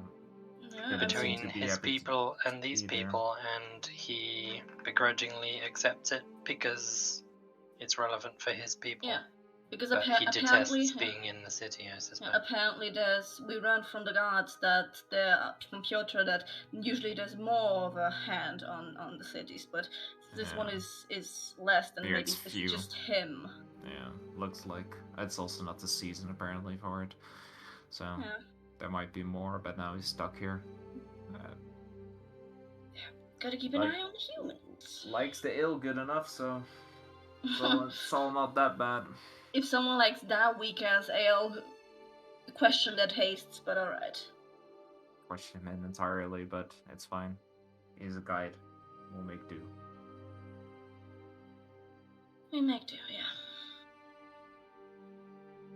And we probably will not be ambushed by wolves outside of the city. Probably. Yeah, we gotta. Yeah, Maybe. Maybe. potentially. Be prepared though. I know what spell I'm preparing tomorrow. What's that? Talk with animals. A moonbeam. Oh, please don't use it as a last case scenario. Please Oh, don't. it is. It's if we get attacked, it'll force them out of whatever shifted form they're in. Yeah, I'm not. I know you mentioned it before with the grannies. I am not looking for. This is if we get attacked. Even Nothing so, else. last case, please. I can fuck Yeah. up all of anything. Yeah, any chance of anything. Well, he probably already knows I'm carrying a silver weapon, so he's probably not too impressed by that either. Well, now you're the same level as the rest of us. Hey, welcome to the pits. That's okay. Yeah. Anyway, so we talked with him, and basically we have to be at the gate, Targan Gate, at dawn tomorrow. So I think we should get our rest while we can. Well, Obviously, it's we're- not even midday yet, so. Yeah, It's 9 but a.m. we've been up since the early morning, so Yeah, like I we mean, just we should try to extend back to semi-normal sleep rhythm. So no sleeping at midday, please. yeah, it's fine. I was interested in looking around the city anyway, seeing if I can find something that, or at least someone that would be interested in what Creo could bring, get our bearings. Anything we need for a trip that you guys don't already have? I can take a look. I'm good. I think I'm gonna stay in. Doesn't seem like it's much of a flourishing city, so. Not really, but Doubt there's anything of interest there to me. yeah. Especially know. since there's apparently a lack of ores and minerals anyways. So not even work-wise, it's interesting. Well, but that's, yeah, I've been interested to see actually someone that could be willing to set up some trade with Creo. It'll probably take me the entire day. And I'm happy to come with you if you need company. Nobody should be walking around on their own, I don't think. yeah. Or if Layla wants to go with you, that's fine too. Alright, I'll Well, stay I'm in. happy to grab Samira and we can check out the other part of town. Okay. All right. Some girl What and are we girl checking out? bonding. What are we checking out, huh? Aren't you curious what's repurposed in this place? Have you seen the plaques on the building? No, I haven't actually. It's you have this like history that's been preserved, but nothing is like a puzzle piece. You know what I mean? Like this building is that, but it's actually not that. It's something completely else, and like people live in it now. But Well, Sounds like exactly up Samir's alley. I think you should go. Yeah, but 100%. also since you weren't there when he was speaking, he did mention that this was part of a colder climate, like high marches or something, and then it was torn into the inner world, and that's why it I doesn't mean, fit. all the places here have been torn from the inner world, but it's the first time I've. I wish, man, Bertram would have loved this place. I've never seen a place this like desperately clinging to its past, like this town. It's so weird. I want to poke around, you know. All right. I mean, if you want company, I'll glad to have some. I mean, of all the three of you, I have spent with you the least amount of time, so I think it's time for some girl on girl bonding. That's true. It's been a long time coming. So let's spend some quality time together. Indeed. If Cassius can spare me, and she like pokes her tongue out at him. I'll suffer through it, but sure. Yeah. Don't worry, I won't tell any embarrassing tales of you. He all knows all of them. I think. This. Never mind. Viera, it's you and me, and a breath. Sounds good. Maybe we'll get some preferential treatment with the breath following it. Well, I mean the rest are humans, so I'm hopefully they don't hate other humans as well. But Oh yeah, probably the case. little per capita. So yeah, I got an explanation for that. So apparently there are some deity out there that are not wolves, but other types of animals. So expect other shifters, I guess. So I guess they thought that Ibraf is one of them. She finds it super amusing, by the way. I mean, we had that trouble. Well, not trouble, but that sort of mix up a little bit before. Different, but similar. Alright. So, looking for trade possibilities. Let's go. She grabs Cassius before he heads out and gives him like a proper goodbye kiss. Mm-hmm. Also try to find the bathhouse in your part of town, and we'll try to find the bathhouse in our part of town. Sure. You're assuming there's a bathhouse. I fucking hope there is a bathhouse. I need a fucking bath. I think these people can only afford to stand out when it rains. Wow. You being like, a bitch. Yeah. Like Layla gives like Viera like a resting bitch face. Like really? What? Rein it That's in. what my people do. Rein it Nothing wrong in. with that. The way you said. Never mind. Yeah, it's Let's go. reminiscent of Zir. Reminiscent of a stance at Zir at the very beginning. Okay, let's just move on. And I think this is where we're gonna call the session, you guys. Alright. Alright.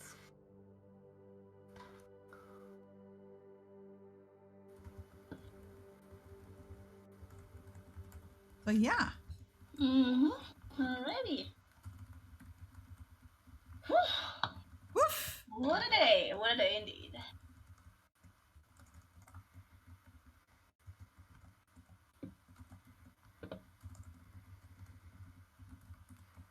Let me shuffle your token over to Northgate.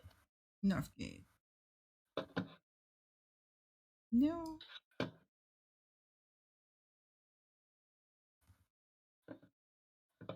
There we go.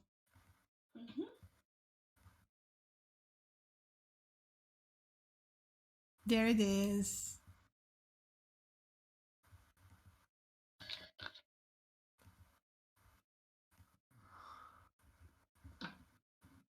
And that's it.